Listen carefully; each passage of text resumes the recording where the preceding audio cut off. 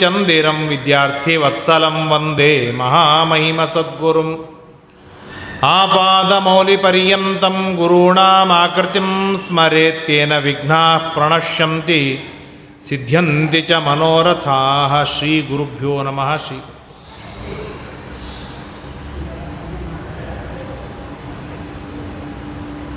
ಶ್ರೀ ಗುರುಭ್ಯೋ ನಮೋ ನಮಃ. ಹರಿ ಓಂ. ಶ್ರೀರಾಮ ರಾಮ ರಾಮೇತಿ ರಮೇ ರಾಮೇ ಮನೋರಮೆ ಸಹಸ್ರನಾಮ ತತ್ತುಲ್ಯಂ ರಾಮನಾಮ ವರಾನನೆ. ನಮೋ ಭಗವತೆ ತಸ್ಮೈ ಹಯಾಯಾಮಿತ ತೇಜಸೆ ಯಸ್ಯ ಪ್ರಸಾದಾದ್ ವಕ್ಷ್ಯಾಮಿ ನಾರಾಯಣ ಕಥಾಮಿಮಾಂ. ಸ್ವಸ್ತ್ಯಸ್ತು ಅಶೇಷ ಸನ್ಮಂಗಲಾನಿ ಭವಂತು.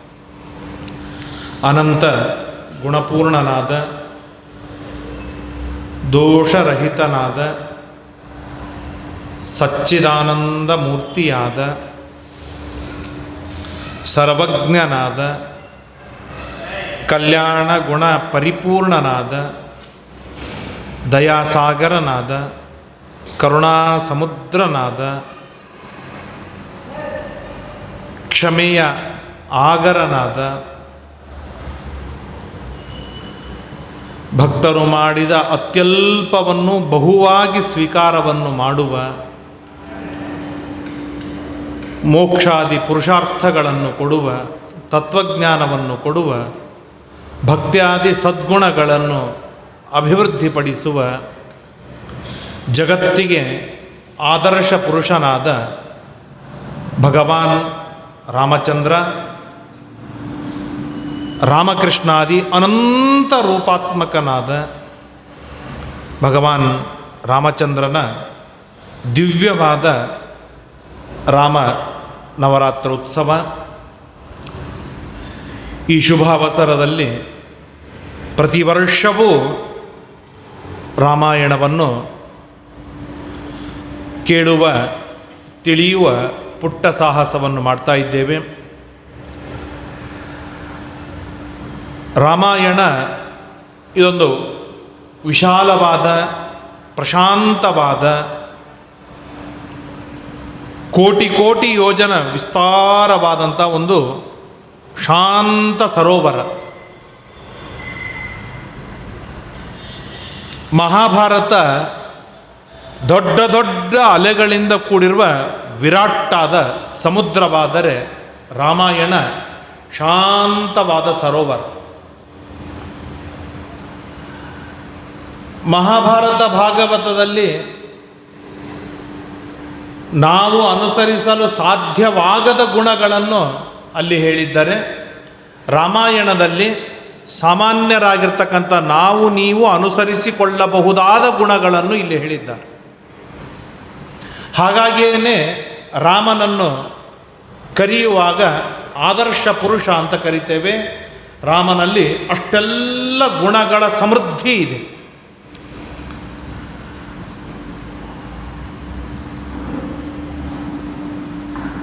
ನಿತ್ಯದಲ್ಲೂ ರಾಮಾಯಣವನ್ನು ಪಠಣೆ ಮಾಡಬೇಕು, ಕಥೆಯನ್ನು ಕೇಳಬೇಕು ಎಂಬುದಾಗಿ ಕೊನೆಗೆ ಫಲದಲ್ಲಿ ಹೇಳುತ್ತಾರೆ. ಯಾಕೆ ಅಂತಂದರೆ ನಿತ್ಯದೊಳಗೂ ನಾವು ಎಷ್ಟು ಕೇಳ್ತೇವೆ ಅಷ್ಟು ನಮ್ಮ ಹರಟೆಯಲ್ಲಿ ಬರುತ್ತೆ. ಯಾವುದೇ ವಿಷಯವಿರಲಿ ನಮ್ಮ ಕಿವಿಗೆ ಎಷ್ಟು ಬೀಳುತ್ತೆ ಅದು ಯಾವುದೂ ಹೊಟ್ಟೆಯಲ್ಲಿ ಉಳಿಯೋದಿಲ್ಲ, ಅದು ನಮ್ಮ ಬಾಯಿಯಲ್ಲಿ ಬರುತ್ತೆ. ಹಾಗೆ ರಾಮನಲ್ಲಿ ಇರುವ ಗುಣಗಳನ್ನು ನಾವು ಎಷ್ಟು ಕೇಳ್ತೇವೆ ಅಷ್ಟು ಆ ಗುಣಗಳು ನಮ್ಮಲ್ಲಿ ಅಳವಡಿಸಿಕೊಳ್ಳಲಿಕ್ಕೆ ಆಗದೇ ಇದ್ದರೂ ನಮ್ಮ ಹರಟೆಯಲ್ಲಿ ಆದರೂ ಆ ಗುಣಗಳು ಬರುತ್ತೆ. ಒಮ್ಮೆ ಮಾತಿನೊಳಗೆ ಗುಣಗಳು ಬಂತು, ಒಮ್ಮೆ ಮಾತಿನೊಳಗೆ ಏನಾದರೂ ಒಂದು ವಿಷಯ ರಿಪೀಟ್ ಆಯಿತು ಅಂತಂದರೆ ಅದು ನಮ್ಮಲ್ಲಿ ಗಟ್ಟಿಯಾಗೋದು ಅತ್ಯಂತ ನಿಶ್ಚಿತ. ಎಂದಿಗೂ ಯಾರಿಗೂ ನಾವು ಬೈದಿರೋದಿಲ್ಲ. ಒಮ್ಮೆನೋ 4 ಜನರ ಮುಂದೆ ಬೈದಾಗ ಯಾರೂ ರಿಯಾಕ್ಟ್ ಮಾಡದೇ ಇದ್ದಾಗ ಏನಾಗತ್ತೆ ಅಂತಂದರೆ ಈ ಒಂದು ಬೈಗಳು ಎಲ್ಲರಿಗೂ ಇಷ್ಟವಾಗಬಹುದು ಅಂತ ಹೇಳಿ ಮತ್ತೊಮ್ಮೆ ಬೈತೇನೆ. ಅದು 4ನೇ ಬಾರಿ ಆ ಬೈಗಳು ಏನಿದೆ ಅದು ಬೈಗಳಾಗುವುದಿಲ್ಲ, ಅದು ಕ್ಯಾಶುವಲ್ ಆದ ಹರಟೆ ಆಗಿಬಿಡತ್ತೆ. ಅದೇ ನಿಟ್ಟಿನೊಳಗೆ ರಾಮಾಯಣವನ್ನು ನಾವು ಮೇಲಿಂದ ಮೇಲಿಂದ ಮೇಲಿಂದ ನಿತ್ಯದೊಳಗೂ ಕೇಳ್ತಾ ಇದ್ದಾಗ ಏನಾಗತ್ತೆ, ಅಲ್ಲಿರುವ ಗುಣಗಳು, ಅಲ್ಲಿರುವ ರಾಮನ ವ್ಯಾಪಾರ, ರಾಮನ ಶಕ್ತಿ, ರಾಮನ ಕೌಶಲ, ರಾಮನ ಅದ್ಭುತವಾದ ಮಹಿಮೆಗಳನ್ನು ಚೆನ್ನಾಗಿ ಕೇಳ್ತಾ ಕೇಳ್ತಾ ಇರುವಾಗ ನಮ್ಮ ಹರಟೆಯೊಳಗೂ ಕೂಡ ರಾಮಾಯಣ ಮೇಲಿಂದ ಮೇಲಿಂದ ಬರುತ್ತೆ. ಯಾವಾಗ ನಮ್ಮ ಹರಟೆಯೊಳಗೆ ರಾಮನ ಗುಣಗಳು, ರಾಮಾಯಣ ಬರಲಿಕ್ಕೆ ಪ್ರಾರಂಭವಾಯಿತು, ನನ್ನ ಮನೆ ರಾಮರಾಜ್ಯವಾಗುವುದರೊಳಗೆ ಸಂಶಯವೇ ಇಲ್ಲ. ಯಾಕೆ ರಾಮಾಯಣ ಇವತ್ತಿನ ಕಾಲದೊಳಗೆ ಅತ್ಯಂತ ಅನಿವಾರ್ಯವಾಗಿದೆ ಎಂದರೆ, ಅನೇಕ ಹೋರಾಟಗಾರರು ಹೇಳ್ತಾರೆ ನಾವು ರಾಮರಾಜ್ಯವನ್ನು ಸ್ಥಾಪನೆ ಮಾಡುತ್ತೇವೆ. ಇವತ್ತು ರಾಮರಾಜ್ಯ ಸ್ಥಾಪನೆ ಮಾಡೋದು ತುಂಬ ಕಷ್ಟ. ಯಾಕೆ, ಆ ತರಹದ ಕಪಿಗಳು, ಆ ತರಹದ ಸೈನಿಕರು ಇವತ್ತು ಸಿಗೋದಿಲ್ಲ. ಅಲಯನ್ಸ್ ಮೇಲೆ ನಡೆಸಬೇಕಾದದ್ದು. ಹಾಗಾದರೆ ರಾಮರಾಜ್ಯ ಯಾವಾಗ ಸ್ಥಾಪನೆ ಮಾಡೋದು, ಹೇಗೆ ಸ್ಥಾಪನೆ ಆಗೋದು ರಾಮರಾಜ್ಯ? ಅಂದರೆ ಸರಳವಾದ ಉಪಾಯ, ಸುಲಭವಾದ ಉಪಾಯ. ನನ್ನ ಮನೆಗೆ ನಾನು ಯಜಮಾನಲ್ವಾ, ನಾನೇ ರಾಮ. ನನ್ನ ಮನೆಗೆ ನಾನು ಯಜಮಾನಲ್ವಾ, ಹಾಗಾದರೆ ನಾನೇ ರಾಮ. ನನ್ನ ಮನೆಯನ್ನು ನಾನು ಸದ್ಗುಣ ಭೂಯಿಷ್ಠವಾಗಿ, ನನ್ನ ಮನೆಯನ್ನು ನಾನು ರಾಮರಾಜ್ಯವನ್ನಾಗಿ ಮಾಡಲಿಕ್ಕೆ ನನಗೆ ಸಾಧ್ಯವಿದೆ. ಯಾಕೆ ಸಾಧ್ಯ ಇಲ್ವಾ? ನಮ್ಮಪ್ಪ 10 ಲಕ್ಷ ರೂಪಾಯಿ ಬ್ಯಾಂಕ್ ಬ್ಯಾಲೆನ್ಸ್ ಇಟ್ಟಿದ್ದಿಲ್ಲ, ಇವತ್ತು ನಾನು 50 ಲಕ್ಷ ಇಟ್ಟಿದ್ದೇನೆ, ನನ್ನಿಂದ ಸಾಧ್ಯವಿದೆ. ನಮ್ಮಪ್ಪ 10 ರೂಪಾಯಿ ಇಟ್ಟಿದ್ದಿಲ್ಲ, ಇವತ್ತು ನಾನು 10,000 ರೂಪಾಯಿ ಬ್ಯಾಂಕ್ ಬ್ಯಾಲೆನ್ಸ್ ಇಟ್ಟಿದ್ದೇನೆ, ನನ್ನಿಂದ ಸಾಧ್ಯವಿದೆ. ನಮ್ಮಪ್ಪ 10th ಓದಿದ್ದಿಲ್ಲ, ನಾನು PG ಮಾಡಿದ್ದೇನೆ, ಹಾಗಾದ್ರೆ ನನ್ನಿಂದ ಸಾಧ್ಯವಿದೆ. ನಮ್ಮ ಅಪ್ಪಗೆ ಗೌರ್ಮೆಂಟ್ ಜಾಬ್ ಇರಲಿಲ್ಲ, ಇವತ್ತು ನನ್ನ ಗೌರ್ಮೆಂಟ್ ಜಾಬ್ ಇದೆ, ನನ್ನಿಂದ ಸಾಧ್ಯವಿದೆ. ನನ್ನಿಂದ ಅಸಾಧ್ಯವಾದದ್ದು ಯಾವುದೂ ಇಲ್ಲ. ನಾನು ಮನಸ್ಸು ಮಾಡಿಲ್ಲ, ಇದು ಸತ್ಯ. ಹಾಗಾಗಿ ನನ್ನ ಮನೆಯನ್ನು ನಾನು ಪರಿಶ್ರಮದಿಂದ, ಹಠದಿಂದ, ನನ್ನ ಪ್ರಯತ್ನದಿಂದ ನಾನು ರಾಮರಾಜ್ಯ ಮಾಡಿದೆ. ನಿಮ್ಮ ಮನೆಯನ್ನು ನೀವು ರಾಮರಾಜ್ಯ ಮಾಡಿದಿರಿ, ನಿಮ್ಮ ಮನೆಯನ್ನು ನೀವು ರಾಮರಾಜ್ಯ ಮಾಡಿದಿರಿ, ನಿಮ್ಮ ಮನೆಯನ್ನು ನೀವು ರಾಮರಾಜ್ಯ ಮಾಡಿದಿರಿ ಅಂತಾದರೆ, ಇಲ್ಲಿರುವ 100 ಮನೆಗಳು ರಾಮರಾಜ್ಯವಾಯಿತು ಅಂತಾದರೆ, ಆಗ ಆಟೋಮೆಟಿಕ್ಲಿ ನಮ್ಮ ದೇಶದೊಳಗೆ ರಾಮರಾಜ್ಯ ಸ್ಥಾಪನೆಯಾಗತ್ತೆ. ಇದರಲ್ಲಿ 2 ಮಾತಿಲ್ಲ. ಆದ್ದರಿಂದಾಗಿ ನಿತ್ಯದೊಳಗೂ ಕೂಡ ರಾಮಾಯಣ ಕೇಳುವುದು, ರಾಮನ ಗುಣಗಳನ್ನು ಮೆಲುಕು ಹಾಕುವುದು, ರಾಮನ ಆದರ್ಶಗಳನ್ನು ತಿಳಿಯುವುದು, ಅದರಲ್ಲಿ ನಮ್ಮ ಒಂದೊಂದು ಹೆಜ್ಜೆ ಮುಂದಿಡುವುದೇನಿದೆ, ಇದು ಬಹಳ ಅತ್ಯಮೂಲ್ಯವಾಗಿರುವಂತಹ ಸಂಕಲ್ಪ. ಆ ಸಂಕಲ್ಪದೊಂದಿಗೆ ರಾಮಾಯಣವನ್ನು ಪ್ರಾರಂಭವನ್ನು ಮಾಡೋಣ. ರಾಮಾಯಣ ಪ್ರಾರಂಭ ಮಾಡ್ತಾ ಇರುವಾಗ ವಾಲ್ಮೀಕಿ ಋಷಿಗಳು ಮೊಟ್ಟ ಮೊದಲನೇ ಶ್ಲೋಕ ಬಹಳ ಸುಂದರವಾಗಿ ಹೇಳ್ತಾರೆ. ತಪಸ್ವಾಧ್ಯಾಯ ನಿರತಂ ತಪಸ್ವಿ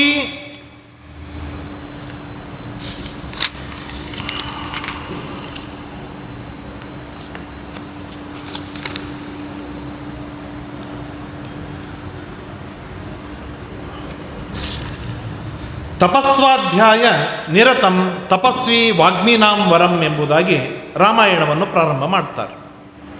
ಈಗ ನಮಗೊಂದು ಪ್ರಶ್ನೆ, ರಾಮಾಯಣವನ್ನು ನಾವು ಒಲಿಸಿಕೊಳ್ಳಲಿಕ್ಕೆ ಸಾಧ್ಯವಾ? ಅಸಾಧ್ಯವಾದದ್ದು ಯಾವುದೂ ಇಲ್ಲ ಜಗತ್ತಿನೊಳಗೆ, ನಿಶ್ಚಿತ.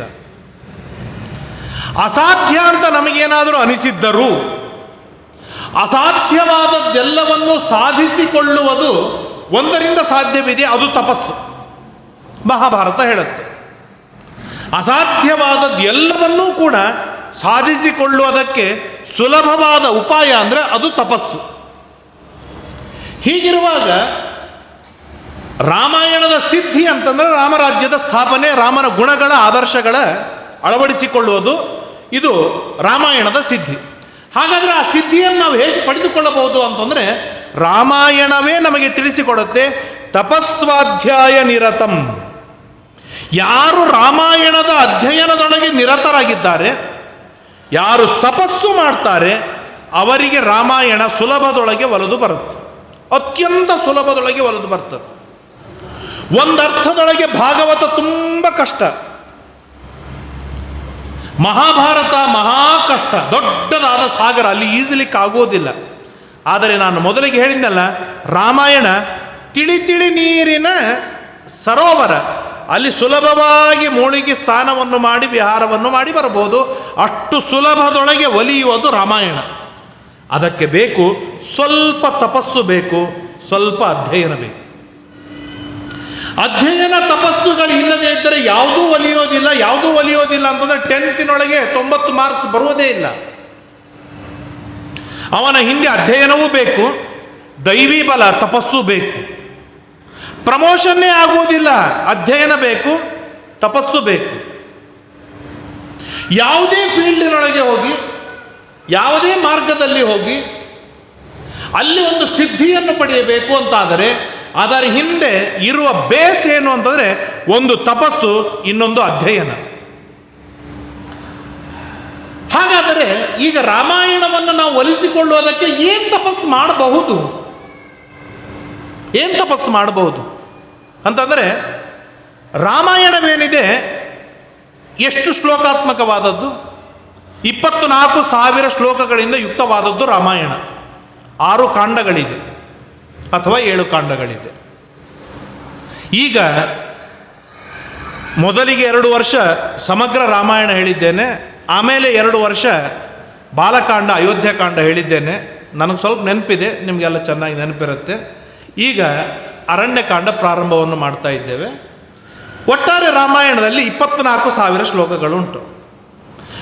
ಎಷ್ಟು ವಿಚಿತ್ರ ಅಂತಂದರೆ, ಮೊದಲನೆಯ ಪ್ರಾರಂಭದ ಶ್ಲೋಕವೇನು? ತಪಸ್ವಾಧ್ಯಾಯ ನಿರತಂ, ತ ಇಂದ ಪ್ರಾರಂಭ. 1,000 ಶ್ಲೋಕವಾದ ಮೇಲೆ 1,001ನೆಯ ಶ್ಲೋಕ ಆರಂಭವಾಗುವಾಗ ಸ ದುಷ್ಟರನ್ನು ಸಂಹಾರವನ್ನು ಮಾಡಿದ ಎಂಬುದಾಗಿ ಸ ಶಬ್ದದಿಂದ ಪ್ರಾರಂಭವಾಗತ್ತೆ. 2,000 ಶ್ಲೋಕವಾದ ಮೇಲೆ 2,001ನೆಯ ಶ್ಲೋಕ ಪ್ರಾರಂಭವೇನವಾಗಿದೆ? ವಿ ಅಕ್ಷರದಿಂದ ಪ್ರಾರಂಭವಾಗತ್ತೆ. ಅದನ್ನು ಬೇಕಿದ್ರೆ ನಾವು ಒಂದು ದಿವಸ ಕ್ಯಾಲ್ಕುಲೇಟ್ ಮಾಡಿ ಹೇಳ್ತೇನೆ. 3,000 ಶ್ಲೋಕವಾದ ಮೇಲೆ 3,001 ಅಥವಾ 4,001ನೇ ಶ್ಲೋಕ ಪ್ರಾರಂಭವಾಗ್ತಾ ಇರುವಾಗ ವ ಎನ್ನುವ ಅಕ್ಷರದಿಂದ ಪ್ರಾರಂಭವಾಗತ್ತೆ. ಹೀಗೆ 24,000 ಶ್ಲೋಕಗಳಿಗೆ ತತ ಸವಿತುಹು ವರೆಣ್ಯಂ ಭರ್ಗೋ ದೇವಸ್ಯ ಧೀಮಹಿ ಧಿಯೋ ಯೋ ನಃ ಪ್ರಚೋದಯಾತ್ ಎಂಬುವಂತಹ 24 ಅಕ್ಷರಗಳಿಂದ 24,000 ಶ್ಲೋಕಗಳು ಉದ್ಭವಿಸುತ್ತದೆ. ಇದು ರಾಮಾಯಣ. ಹಾಗಾಗಿ ರಾಮಾಯಣ ಎಷ್ಟು ವಿಚಿತ್ರ ಅಂತಂದರೆ, ನಮ್ಮ ಶಾಸ್ತ್ರವೇ ಹೀಗಿದೆ. ಮಹತ್ತತ್ವ ಬಹಳ ಸಣ್ಣದಾಗಿರ್ತದೆ, ಅದನ್ನೇ ಹಿಗ್ಗಿಸ್ತಾನೆ. ಅಹಂಕಾರ ತತ್ವವಾಗತ್ತೆ, ಅದನ್ನೇ ಹಿಗ್ಗಿಸ್ತಾರೆ, ಬ್ರಹ್ಮಾಂಡವಾಗತ್ತೆ. ಹಾಗೆ 24 ಅಕ್ಷರದ ಗಾಯತ್ರಿಯನ್ನು ಅದು ಚೆನ್ನಾಗಿ ಹಿಗ್ಗಿಸಿದಾಗ ಅದೇನಾಗತ್ತೆ? ರಾಮಾಯಣವಾಗಿ ಕನ್ವರ್ಟ್ ಆಗತ್ತೆ, ರಾಮಾಯಣವಾಗಿ ವ್ಯಾಖ್ಯಾನ ರೂಪದೊಳಗೆ ಹೊರಗೆ ಬರುತ್ತೆ. ಹಾಗಾಗಿ ರಾಮಾಯಣವನ್ನು ಅತ್ಯಂತ ಶೀಘ್ರದೊಳಗೆ ಒಲಿಸಿಕೊಳ್ಳಬೇಕು ಎನ್ನುವ ಹಂಬಲ ನಮಗೇನಾದರೂ ಇದ್ದರೆ ಕನಿಷ್ಠ 108-500 ಗಾಯತ್ರಿ ಜಪವನ್ನು ನಾವು ಮಾಡಿಕೊಂಡು ಬಂದಾಗ ರಾಮಾಯಣ ಶೀಘ್ರದೊಳಗೆ ಒಲಿದು ಬರ್ತದೆ. ಕೈಯೊಳಗೆ ಬಂದು ನಿಲ್ಲತ್ತೆ, ನಾಲಿಗೆಯೊಳಗೆ ಬಂದು ನಿಲ್ಲತ್ತೆ, ಮನಸ್ಸಿನೊಳಗೆ ಕುಣಿದಾಡುತ್ತೆ. ಇದರೊಳಗೆ 2 ಮಾತಿಲ್ಲ, 2 ವಿಚಾರವಿಲ್ಲ. ಇದು ರಾಮಾಯಣಕ್ಕೂ ಗಾಯತ್ರಿ ಜಪಕ್ಕೂ ಒಂದು ಅದ್ಭುತವಾದ ಅನ್ಯೋನ್ಯವಾದ ನಂಟು. ತುಂಬ ವಿಚಿತ್ರ ಏನು ಅಂತಂದರೆ, ಆ ಗಾಯತ್ರಿ ಜಪವೇ ನಮಗೆ ಯಾರಿಗೂ ಬೇಡ. ಇದು 100ಕ್ಕೆ 100ರಷ್ಟು ನಾನು ಇಲ್ಲಿ ಕೂತು ಮೈಕಿನಲ್ಲಿ ಹೇಳಿದ್ದಕ್ಕಾಗಿ ನನಗಾಗಲಿ ತಮಗಾಗಲಿ ಬೇಸರಿಕೆ ಆಗಬಹುದು, ಇದು ಅತ್ಯಂತ ನಿಶ್ಚಿತ. ಆದರೆ ಇನ್ ಜನರಲ್ ಆಗಿ ಆವಿಪಾಲ ಗೋಪಾಲನಿಂದ ಹಿಡ್ಕೊಂಡು ಯಾರನ್ನು ನಾವು ಪರಿಗಣಿಸಿದರೂ ಕೂಡ ಆ ವ್ಯಕ್ತಿಗೆ ಇವತ್ತು ಗಾಯತ್ರಿ ಜಪ ಅಂತಂದ್ರೆ ಹೇಟ್ ಮಾಡುವವನಾಗಿದ್ದಾನೆ. ಆ ಗಾಯತ್ರಿ ಜಪ ಬೇಡವಾಗಿದೆ. ಇವತ್ತಿನ ನಾವು 10 ಗಾಯತ್ರಿ ಜಪ ಮಾಡುವವರಿದ್ದೇವೆ. ನಾವಿಲ್ಲಿ ಸಮಯವಿದ್ದವರು 108 ಮಾಡ್ತಿರ್ಬೋದು. ಇಲ್ಲಿ ಅಂತೂ ಗಾಯತ್ರಿ ಜಪ ಮಾಡೋರಿದ್ದೇವೆ. ಆದರೆ ನಮ್ಮ ನೆಕ್ಸ್ಟ್ ಜನರೇಷನ್ ಯಾರು ಮಾಡ್ತಾರೆ ಹೇಳಿ? ನಮಗೆ ಯಾರಿಗೂ ನಮ್ಮ ಮನೆಯೊಳಗೆ ನನ್ನ ಮಕ್ಕಳು ಮೊಮ್ಮಕ್ಕಳು ಮಾಡ್ತಾರೆ ಅಂತ ಹೇಳುವ ಧೈರ್ಯ ನಮಗ್ಯಾರಿಗೂ ಇಲ್ಲ. ಇದು ಅತ್ಯಂತ ನಿಶ್ಚಿತ. ಹಾಗಾಗಿ ಹಾಗಾಗಿ ಗಾಯತ್ರಿ ಜಪ ಇಲ್ಲದೆ ಇರುವುದರಿಂದಾಗಿ ರಾಮಾಯಣ ಒಲಿಯೋದಿಲ್ಲ, ರಾಮಾಯಣ ಒಲಿದೇ ಇದ್ದದ್ದರಿಂದಾಗಿ ರಾಮನ ಗುಣಗಳಿಲ್ಲ, ರಾಮನ ಗುಣಗಳಿಲ್ಲ ಅದರಿಂದಾಗಿ ನಮ್ಮಲ್ಲಿ ಗುಣಗಳಿಲ್ಲ, ನಮ್ಮಲ್ಲಿ ಗುಣಗಳು ಇಲ್ಲದೆ ಇದ್ದರಿಂದಾಗಿ ನಮ್ಮ ಮನೆಯೊಳಗೆ ರಾಮರಾಜ್ಯ ಸ್ಥಾಪನೆ ಮಾಡಲಿಕ್ಕೆ ಆಗುವುದಿಲ್ಲ, ರಾಮರಾಜ್ಯ ಸ್ಥಾಪನೆ ಆಗದೇ ಇದ್ದದ್ದಕ್ಕಾಗಿ ನನ್ನ ಮನೆಯೊಳಗೆ ಸಂಕಟ, ಕಷ್ಟ, ದುಃಖ, ಆಪತ್ತು, ರೋಗ, ರುಜಿನ ನೂರಾರು ಸಾವಿರಾರು. ಈ ಎಲ್ಲ ಆಪತ್ತುಗಳನ್ನೂ ಪರಿಹಾರ ಮಾಡಿಕೊಳ್ಳುವುದಕ್ಕೆ ಅತ್ಯಂತ ಸುಲಭವಾದ ಉಪಾಯವೇನು, ಬೇಸ್ಮೆಂಟ್ ಏನು? ಅದು ಗಾಯತ್ರಿ ಜಪ.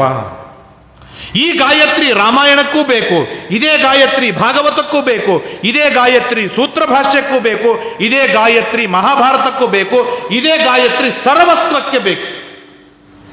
ಒಂದು ಗಾಯತ್ರಿ ಜಪವನ್ನು ಮಾಡುವುದರಿಂದ ಎಲ್ಲವೂ ನಮ್ಮ ಕೈಗೆ ಸಿಕ್ಕು ಬರ್ತದೆ, ಎಲ್ಲವೂ ನಮಗೆ ಒಲಿದು ಬರ್ತದೆ, ನಮಗೆ ಬೆನ್ನೆಲುಬಾಗಿ ನಿಲ್ಲತ್ತೆ. ಎಷ್ಟರ ಮಟ್ಟಿಗೆ ಅಂತಂದರೆ ವಿಜಯದಾಸರ ಜೀವನ ಚರಿತ್ರೆಯನ್ನು ಕೊಂಡಾಡುವ ಸ್ತೋತ್ರದಲ್ಲಿ ಹೇಳ್ತಾರೆ, ಏನಂತೆ? ಗ್ರಹಗಳೆಲ್ಲವೂ ಇವರಿಗೆ ಸಹಾಯ ಮಾಡುತ್ತಾ. 8,000 ರೂಪಾಯಿ ಕೊಟ್ಟು ಶಾಂತಿ ಮಾಡಿಸಬೇಕಾದ ಅವಶ್ಯಕತೆಯೇ ಬೀಳುವುದಿಲ್ಲ ಮನೆಯೊಳಗೆ ಗಾಯತ್ರಿ ಜಪ ಮಾಡುವವರಿಗೆ. ಆಚಾರ್ಯರು ಅಷ್ಟು ತೆಗೆದುಕೊಂಡ್ರಪ್ಪ ಅಂತ ಆಚಾರ್ಯ ಬೈಯುವ ಪರಿಸ್ಥಿತಿಯೂ ಬರುವುದಿಲ್ಲ ಗಾಯತ್ರಿ ಜಪ ಮಾಡುವವರಿಗೆ. ಆಚಾರ್ಯ ಭಾಳ ದುಡ್ಡು ಕೇಳ್ತಾರೆ, ಗಾಯತ್ರಿ ಜಪನೂ ಬೇಡ, ಆಚಾರ್ಯೂ ಬೇಡ, ಯಾವ ಹೋಮನೂ ಬೇಡ ಅಂತ ಹೇಳಿ ಬ್ಯಾಕ್ಫೂಟಿಗೆ ಹೋಗುವಂಥ ಪ್ರಸಂಗವೂ ಬರುವುದಿಲ್ಲ. ಇದು ಗಾಯತ್ರಿ ಜಪದ ಒಂದು ಅದ್ಭುತವಾದ ಮಹಿಮೆ. ಇದನ್ನೇ ಪುಣ್ಯಾತ್ಮ ವಾಲ್ಮೀಕಿ ತಾನು ಮಾಡಿದ, ಅದರಿಂದ ಸುಲಭವಾಗಿ ಒಲಿದು ಬಂತು. ಇದು ಗಾಯತ್ರಿಯ ವೈಭವ. ಹೀಗೆ ಯಾರು ತಪಸ್ಸು ಮಾಡ್ತಾರೆ, ಜೊತೆಗೆ ಸ್ವಲ್ಪ ಅಧ್ಯಯನವನ್ನು ಯಾರು ಮಾಡ್ತಾರೆ, ಅವರಿಗೆ ರಾಮಾಯಣ ಅತ್ಯಂತ ಶೀಘ್ರದೊಳಗೆ ನಮಗೆ ಕೈವಶವಾಗಿ ಬರುತ್ತೆ. ಇದರೊಳಗೆ ಎರಡು ಮಾತಿಲ್ಲ, ಎರಡು ಸಂಶಯವಿಲ್ಲ. ಇದು ರಾಮಾಯಣದ ಒಂದು ಅತ್ಯಂತ ವೈಭವದ ಮಹಿಮೆ ಎಂಬುದಾಗಿ ತಿಳಿಸ್ತಾರೆ. ಆದ್ದರಿಂದಾಗಿ ಈ 4-6 ದಿನಗಳಲ್ಲಿ ನಾವೇನು ರಾಮಾಯಣವನ್ನು ಕೇಳ್ತಾ ಇದ್ದೇವೆ, ನಮ್ಮ ಕೈಲಾದಷ್ಟು ಇವತ್ತಂತರೂ ಇಂಥ ಪರಿಸ್ಥಿತಿ ಬಂದಿದೆ ಅಂದರೆ, ಏಕಾದಶಿ ಮಾಡಬೇಡ, ಚಾತುರ್ಮಾಸ್ಯ ಬೇಡ, ಧರ್ಮ ಬೇಡ, ವಿಷ್ಣು ಸಹಸ್ರನಾಮ ಬೇಡ, ದೇವರ ಪೂಜೆ ಬೇಡ, ಅಟ್ಲೀಸ್ಟ್ 2 ಹೊತ್ತು ಸಂಧ್ಯಾವಂದನಾದರೂ ಮಾಡಪ್ಪ ಅಂತ ಕಾಲು ಹಿಡಿದು ಬೇಡಿಕೊಳ್ಳುವ ಪರಿಸ್ಥಿತಿ ಇವತ್ತು ಬಂದಿದೆ.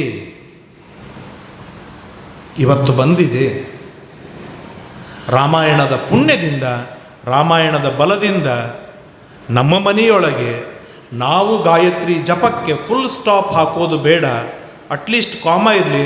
ನನ್ನ ಮಗ ತಿಂಗಳಿಗೊಮ್ಮೆ, ವರ್ಷಕ್ಕೊಮ್ಮೆ, 10 ವರ್ಷಕ್ಕೊಮ್ಮೆ ಆದರೂ ಗಾಯತ್ರಿ ಜಪ ಮಾಡುವ ಹಾಗೆ ಅವನನ್ನು ಬದುಕಿಸೋಣ, ಕಾಮ ಇಡೋಣ.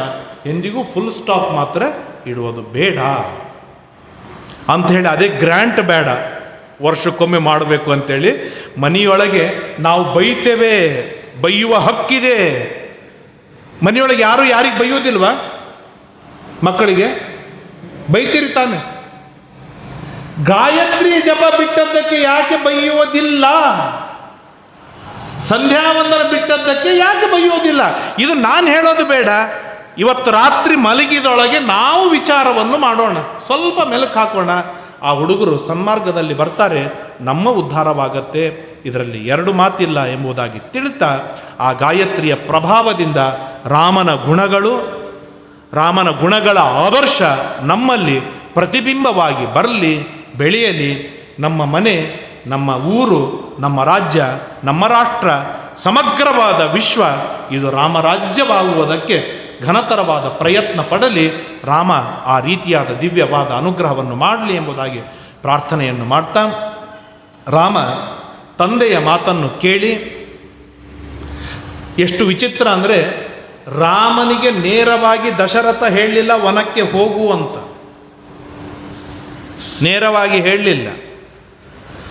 ಕೈಕೇಯಿ ಹೇಳ್ತಾಳೆ, ನೀನು ವನಕ್ಕೆ ಹೋಗಬೇಕು, ನಿನ್ನ ಮುಂದೆ ಹೇಳಲಿಕ್ಕೆ ಆಗ್ತಾ ಇಲ್ಲ ಎಂದು ಕೇಳಿದ ಮಾತ್ರಕ್ಕೆ 18 ವರ್ಷದ 20 ವರ್ಷದ ರಾಮ ಅತ್ಯಂತ ಘೋರವಾದ ದಂಡಕಾರಣ್ಯಕ್ಕೆ ಹೋಗೋದಕ್ಕೆ ಸಿದ್ಧನಾಗ್ತಾನೆ. ಜೊತೆಗೆ ಲಕ್ಷ್ಮಣ ಬರ್ತಾನೆ. ಸೀತೆ ಬೇಡಮ್ಮ, ನೀನು ಪುಟ್ಟ ಸಣ್ಣವಳಿದ್ದೀಯಾ, ಬೇಡ ಅಂತ ರಾಮ ಹೇಳಿದರೆ, ನಾನು ಸಣ್ಣಕ್ಕಿ ದೊಡ್ಡವಳು ಬಹಳ ಮುಖ್ಯವಲ್ಲ, ನನಗೆ ಶ್ರೇಯಸ್ಸಿರೋದು ನಿಮ್ಮ ಜೊತೆಗೆ ಇದ್ದಾಗಲೇ ನನಗೆ ಶ್ರೇಯಸ್ಸಿರುವುದು. ಆದ್ದರಿಂದಾಗಿ ನಾನು ಸತ್ತರೂ ಬದುಕಿದರೂ ಕಷ್ಟಪಟ್ಟರು ದುಃಖಪಟ್ಟರು, ಸುಖದಲ್ಲಿ ಇದ್ದರು ಸುಖದ ಸುಪ್ಪರಿಯಲ್ಲಿ ಮಲಗಿದರು, ಯಾವ ಕಾರಣಕ್ಕೂ ನಿಮ್ಮನ್ನು ನಾನು ಬಿಟ್ಟಿರಲಾರೆ, ನಿಮ್ಮ ಜೊತೆಗೆ ಬರ್ತೇನೆ ಅಂತ ಸೀತೆ ಬೆನ್ನತ್ತಿ ಬರ್ತಾಳೆ.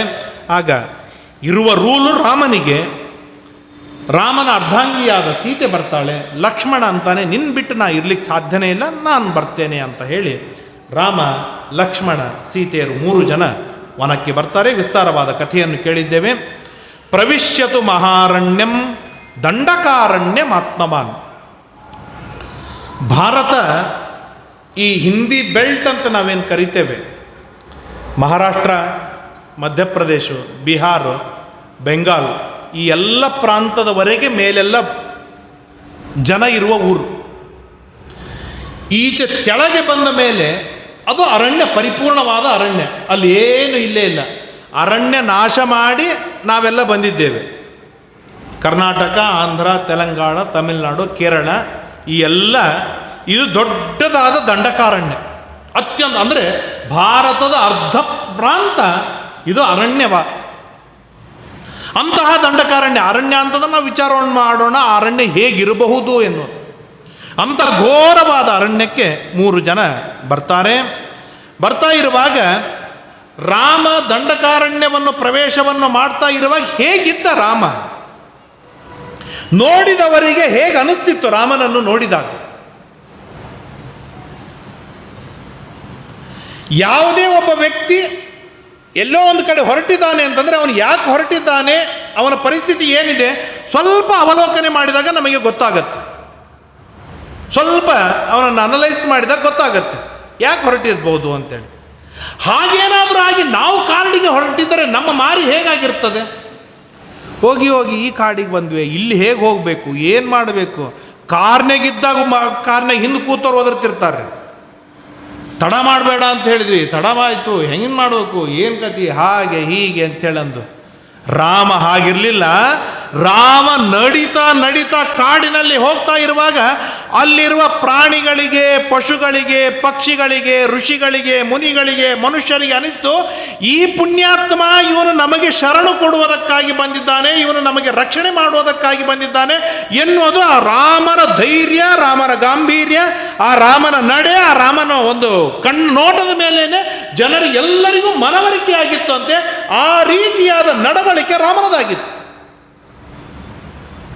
ಇವು ಎಲ್ಲವೂ ನಮಗೆ ಆದರ್ಶವಿದು. ಇವನ್ನು ನಾವು ಪರಿಪಾಲನೆಯನ್ನು ಮಾಡಬಹುದು ಸರಳವಾಗಿ.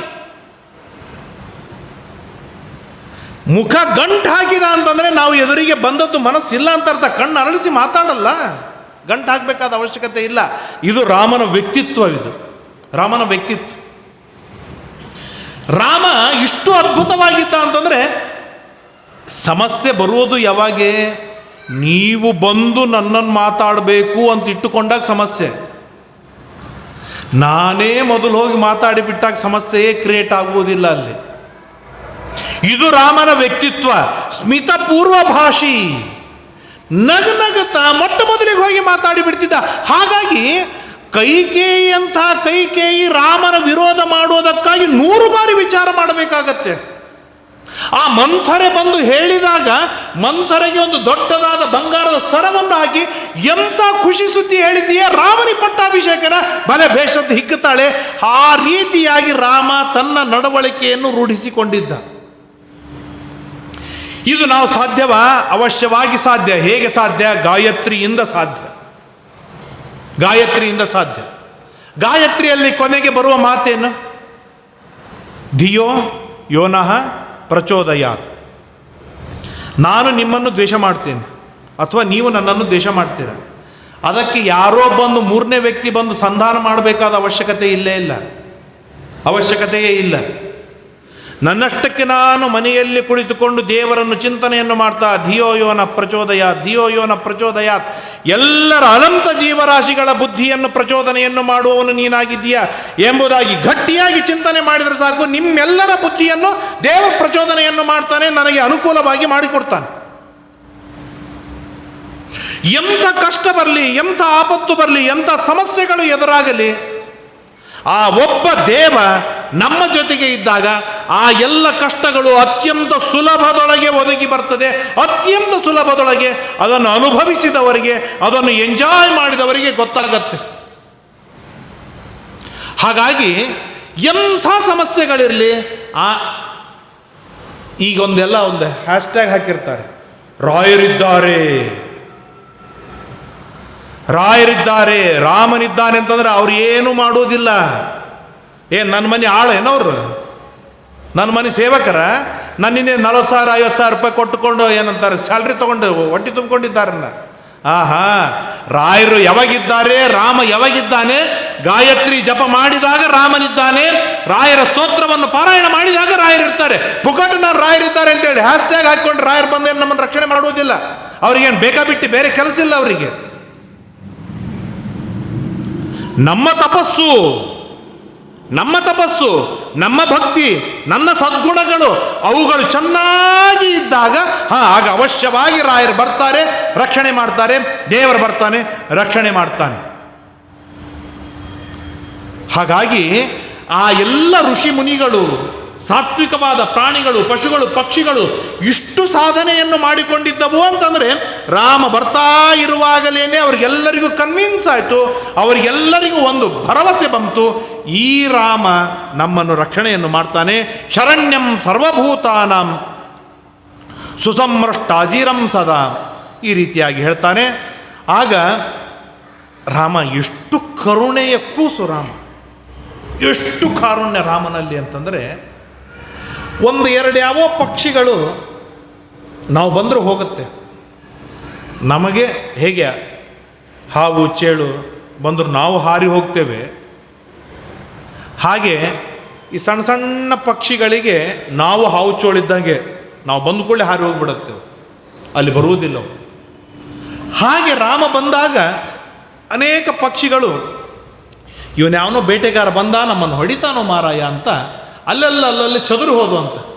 ಅದನ್ನು ನೋಡಿದ ರಾಮ ವಿಚಾರ ಮಾಡಿದಂತೆ, ತದೃಷ್ಟ ರಾಘವ ಶ್ರೀಮಾನ್ ತಪಸಾಶ್ರಮ ಮಂಡಲಂ ಅಭ್ಯಗಚ್ಚನ್ ಮಹಾತೇಜ ವಿಜ್ಯಂ ಕೃತ್ವ ಮಹದ್ಧನು.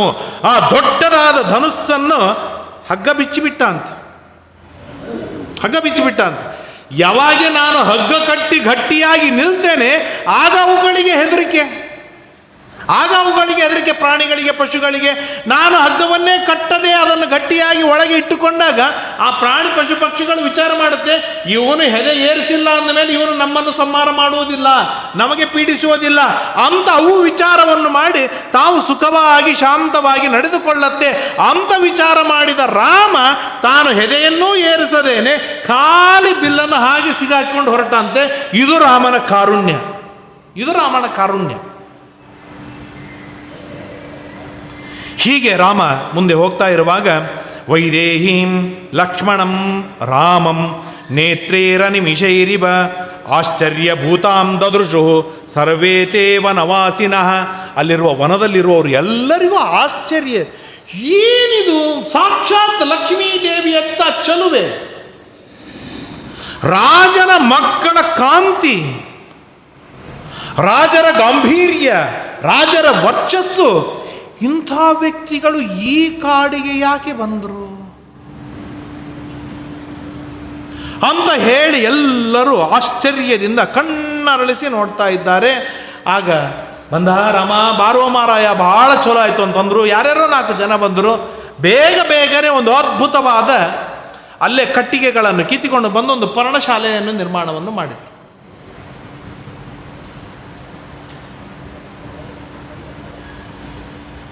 ಡಬಲ್ ಬೆಡ್ರೂಮ್ ಇದ್ದ ಮನೆ ಡೆಮೋಲಿಷ್ ಮಾಡಿದಾಗ ಹೊಸದು ಕಟ್ಟಬೇಕು ಅಂಥೇಳಿ ಒಂದು ಯಾವುದಾದ್ರೂ ಸಣ್ಣ ಮನೆ, ಕಚಡ ಮನೆ ನಮ್ಗೆ ಹೋಗ್ಲಿಕ್ಕೆ ಮನಸ್ಸು ಆಗಂಗಿಲ್ಲ. ಇನ್ನೊಂದು ಡಬಲ್ ಬೆಡ್ರೂಮ್ ಇದ್ದ ಮನಿನೇ ಹುಡುಕಿಕೊಂಡು ಹೋಗ್ತೇವೆ. ಯಾಕೆ? ನಾವು ಅದಕ್ಕೆ ಸೆಟ್ ಆಗಿರ್ತೇವೆ, ಅದಕ್ಕೆ ಅಡ್ಜಸ್ಟ್ ಆಗಿರ್ತೇವೆ. ಅದಕ್ಕಿಂತಲೂ ಲೋ ಪ್ರೊಫೈಲಿಗೆ ನಾವು ಸೆಟ್ ಆಗಲಿಕ್ಕೆ ನಮ್ಮಿಂದ ತುಂಬ ಕಷ್ಟ. ಸೆಟ್ ಯಾವಾಗ ಆಗ್ಬೋದು? ನಮ್ಮ ಸ್ಯಾಲ್ರಿ ಅರ್ಧ ಕೇಳಿದಾಗ, ಅಥವಾ ಇನ್ನೇನೋ ಸಮಸ್ಯೆ, ಖರ್ಚುಗಳು ತುಂಬ ಆದಾಗ.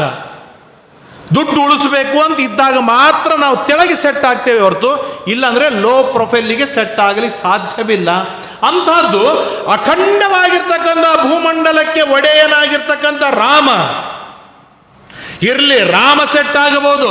ಅಖಂಡವಾದ ಭೂಮಂಡಲಕ್ಕೆ ಒಡತಿಯಾಗಿರ್ತಕ್ಕಂಥ ಲಕ್ಷ್ಮಿ ಸೀತೆ, ಅವಳು ಕೂಡ ಅದೇ ರೀತಿಯಾಗಿ ಆ ಪರ್ಣಶಾಲೆಯೊಳಗೆ ಬಂದು ಕುಳಿತುಕೊಳ್ಳಬೇಕು ಅಂತಂದರೆ ಅವರ ವ್ಯಕ್ತಿತ್ವ ಎಷ್ಟು ಅದ್ಭುತವಾದದ್ದು ಅಂತಂದರೆ, ಈ ಹೊರಗಿನ ಯಾವ ವಸ್ತುಗಳಿಂದಲೂ ನಮಗೆ ಸುಖವಿಲ್ಲ. ಇದು ಅವ್ರಿಗೆ ಗಟ್ಟಿಯಾಗಿ ನಂಬಿದ್ದರು ರಾಮ ಅಲ್ಲ ಸೀತೆಯರು. ಇವತ್ತು ನಾವೆಲ್ಲ ಪಕ್ಕ ವ್ಯವಹಾರಸ್ಥರಲ್ವ. 1 ಕಿಲೋಕ್ಕೆ 10 ರೂಪಾಯಿ ಕೊಡಬೇಕು ಅಂತಂದ್ರೆ 10 ರೂಪಾಯಿ ನಾವು ಕೊಟ್ಟ ಮೇಲೆ ಒಂದು ಹೆಚ್ಚಿಗೆ ಬೀಳಬೇಕೇ ಹೊರತು ಒಂದು ಕಡಿಮೆ ಬೀಳುವ ಹಾಗಿಲ್ಲ. ಅಷ್ಟು ಪಕ್ಕ ವ್ಯವಹಾರ ನಾವು ಮಾಡ್ತೇವೆ. ಇದರೊಳಗೆ ಯಾವುದೂ ಕಡಿಮೆಯನ್ನು ಮಾಡುವುದಿಲ್ಲ. ಹೀಗಿದ್ದಾಗ ದೇವರು ರಾಮ, ಕೃಷ್ಣ, ವೇದವ್ಯಾಸ, ನರಹರಿ, ನರಸಿಂಹ ಇತ್ಯಾದಿ ರೂಪಗಳಿಂದ ಯಾರಿಗಾಗಿ ಬಂದಾನೆ? ಯಾರಿಗಾಗಿ ಬಂದಿದ್ದಾನೆ? ನಮಗಾಗಿ. ಈ ಬಟ್ಟೆ ಕೊಟ್ಟಿದ್ದು ಯಾರಿಗಾಗಿ? ನಮಗಾಗಿ. ಈ ಮಾತು ಕೊಟ್ಟಿದ್ದು ಯಾರಿಗಾಗಿ? ನಮಗಾಗಿ. ಈ ಶ್ರೀಮಂತಿಕೆ ಕೊಟ್ಟದ್ದು ಯಾರಿಗಾಗಿ? ನಮಗಾಗಿ. ನನ್ನ ಹೆಂಡತಿ, ನನ್ನ ಮಕ್ಕಳು, ನನ್ನ ತಂದೆ, ನನ್ನ ತಾಯಿ, ನನ್ನ ಮನೆ, ನನ್ನ ಸಮೃದ್ಧಿ, ನನ್ನ ಕೀರ್ತಿ, ನನ್ನ ಯಶಸ್ಸು, ಇವತ್ತು ನಾ ಏನೆಲ್ಲ ಪಡೆದುಕೊಂಡಿದ್ದೇನೆ ಅದೆಲ್ಲ ದೇವರು ಕೊಟ್ಟದ್ದು. ಅದು ಯಾರಿಗಾಗಿ ಕೊಟ್ಟಿದ್ದು? ನನಗಾಗಿ ಕೊಟ್ಟಿದ್ದು. ಅಂದಮೇಲೆ ದೇವರು ಕೊಡುವಾಗ ನನಗಾಗಿ ಕೊಡಬೇಕು. ನಾನು ದೇವರಿಗೆ ಏನಾದರೂ ಮಾಡಬೇಕಾದಾಗ ಏನು ಮಾಡಬೇಕು? ವ್ಯವಹಾರಸ್ಥ ಏನು ಮಾಡ್ತಾನೆ? ನನಗಾಗಿ ದೇವರಿಂದ ಪಡೆದ ಮೇಲೆ ನಾನು ದೇವರಿಗೆ ಕೊಡುವುದೇನಿರ್ತದೆ ಅದು ದೇವರಿಗಾಗಿ ಕೊಡಬೇಕು. ಹೌದಲ್ವಾ? ನಾವೇನು ಮಾಡ್ತೇವೆ? ಒಂದು ತುಳಸಿ ಏರಿಸಿದಾಗಲೂ ನನಗಾಗಿ ಏರಿಸ್ತೇನೆ, ಒಂದು ನಮಸ್ಕಾರ ಮಾಡಿದಾಗಲೂ ನನಗಾಗಿ ನಮಸ್ಕಾರ ಮಾಡ್ತೇನೆ, ಒಂದು ಕ್ಷೀರಾಭಿಷೇಕ ಮಾಡಿದಾಗಲೂ ನನಗಾಗಿ ಕ್ಷೀರಾಭಿಷೇಕ ಮಾಡ್ತೇನೆ, ರಾಮಾಯಣ ಕೇಳಿದಾಗಲೂ ನನಗಾಗಿ ನಾನು ಕೇಳ್ತೇನೆ. ನನ್ನ ಕಷ್ಟನೋ, ನನ್ನ ಸಮಸ್ಯೆನೋ, ನಂದೇನೋ ಒಂದು ಪರಿಹಾರವಾಗೋದಕ್ಕಾಗಿ ಕೇಳ್ತೇನೆ. ಹಾಗಾದರೆ ನಾವು ಎಂಥ ವ್ಯವಹಾರಸ್ಥರು? ನಮಗೆ ಎಲ್ಲಿಯದು ವ್ಯವಹಾರ ಬರುತ್ತೆ? ಹಾಗಾದರೆ ನಾವೇನು ಮಾಡಬೇಕು? ನಮಗಾಗಿ ದೇವರು ಎಲ್ಲವನ್ನು ಕೊಟ್ಟಿದ್ದಾನೆ ಅಂದಮೇಲೆ ನಾವು ದೇವರಿಗಾಗಿ ಏನು ಮಾಡ್ತಾ ಇದ್ದೇವೆ ಅದು ಕೇವಲ ದೇವರಿಗಾಗಿ ಇರಬೇಕು. ಇದನ್ನು ಹನುಮಂತ ದೇವರು ಮಾಡ್ತಾರೆ. ಸೇವಕತನದ ರುಚಿಯೋ. ಕೊನೆಗೇನು ಹೇಳ್ತಾರೆ? ವೈರಾಗ್ಯ ಬೇಡಿದ, ನಿರ್ವ್ಯಾಜವಾದ ವೈರಾಗ್ಯವಲ್ಲದೆ. ನಮಗೇನು ಬೇಡ ಸ್ವಾಮಿ, ನನಗೇನು ಬೇಡ, ನೀನು ಸಂತುಷ್ಟನಾಗಿರು. ಕಿಮಲಭ್ಯಂ ಭಗವತಿ ಪ್ರಸನ್ನೇ ಶ್ರೀನಿಕೇತನೆ. ನೀನೊಬ್ಬ ಸಂತುಷ್ಟನಾಗಿದ್ದೀ ಅಂತಾದರೆ ಜಗತ್ತು ಸಂತುಷ್ಟವಾಗಿರ್ತದೆ. ನನಗಿನ್ನೇನು ಬೇರೆ ಯಾವ ಚಿಂತೆ ಇಲ್ಲ. ನೀನು ಒಬ್ಬ ಸಿಟ್ಟಾದಿ ಅಂತಂದರೆ ನನಗೆ ಪೀಡೆಗಳು ಪ್ರಾರಂಭವಾಗುತ್ತೆ. ಹಾಗಾಗಿ ನಾನು ಮಾಡುವ ಯಾವ ಸಾಧನೆಯೂ ಕೂಡ ನಾನು ನನಗಾಗಿ ಮಾಡಲಾರೆ, ನಾನು ನಿನ್ನ ಪ್ರೀತಿಗಾಗಿ ನಾನು ಮಾಡ್ತೇನೆ. ಇದು ದೊಡ್ಡದಾಗಿರ್ತಕ್ಕಂಥ ಸತ್ಸಂಕಲ್ಪವಿದು. ಇದನ್ನು ನಾವು ಲಿಪ್ ವರ್ಕ್ ಆಗಿ ಬಳಸ್ತೇವೆ. ಯಾವುದೇ ಕಾರ್ಯ ಮಾಡುವಾಗಲೂ ನಾವು ಇದು ಒಂದು ಬಾಯ್ಪಟ್ಟ ಆಗಿಬಿಟ್ಟಿದೆ. ಏನಂತೆ?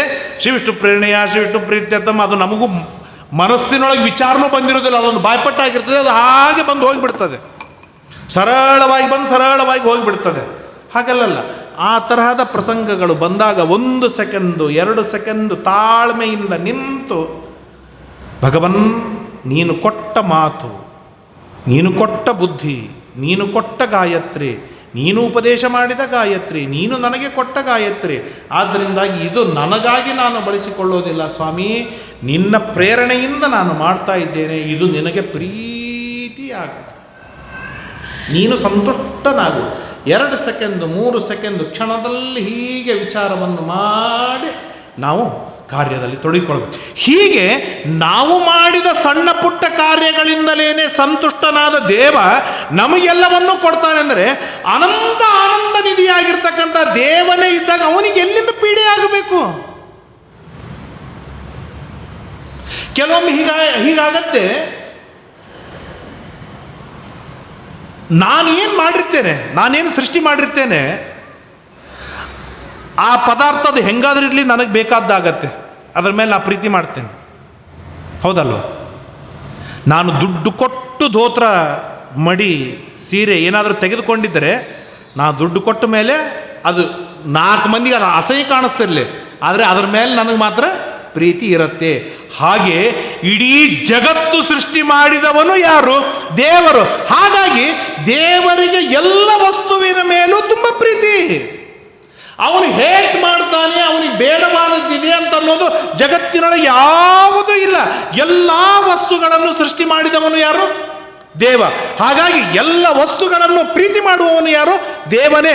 ಆದ್ದರಿಂದಾಗಿ ಆ ಕಟ್ಟಿಗೆ ಬೊಂಬುಗಳಿಂದ ನಿರ್ಮಾಣವನ್ನು ಮಾಡಿದಂತಹ ಆ ಒಂದು ಸಣ್ಣ ಛತ್ರದೊಳಗೂ ಕೂಡ ಅದನ್ನು ತಾನೇ ಸೃಷ್ಟಿ ಮಾಡಿದ್ದು. ಅಂದಮೇಲೆ ಅದನ್ನು ತಾನೇ ನಫರತ್ತು ಮಾಡಿದರೆ ನಡೆಯೋದಿಲ್ಲ, ಅದು ಲೋಕ ವ್ಯವಹಾರವೂ ಅಲ್ಲ. ಆದ್ದರಿಂದಾಗಿ ಅಲ್ಲಿ ಪ್ರೀತಿಯಿಂದ ಪ್ರವೇಶವನ್ನು ಮಾಡ್ತಾನೆ.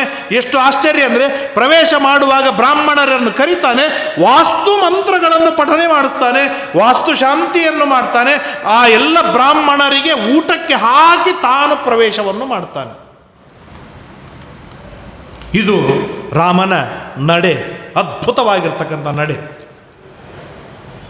ಇವತ್ತು ಎಲ್ಲ ಆಗತ್ತೆ, ಒಂದಾಗೋದಿಲ್ಲ, ಅದು ಬ್ರಾಹ್ಮಣರ ಭೋಜನ.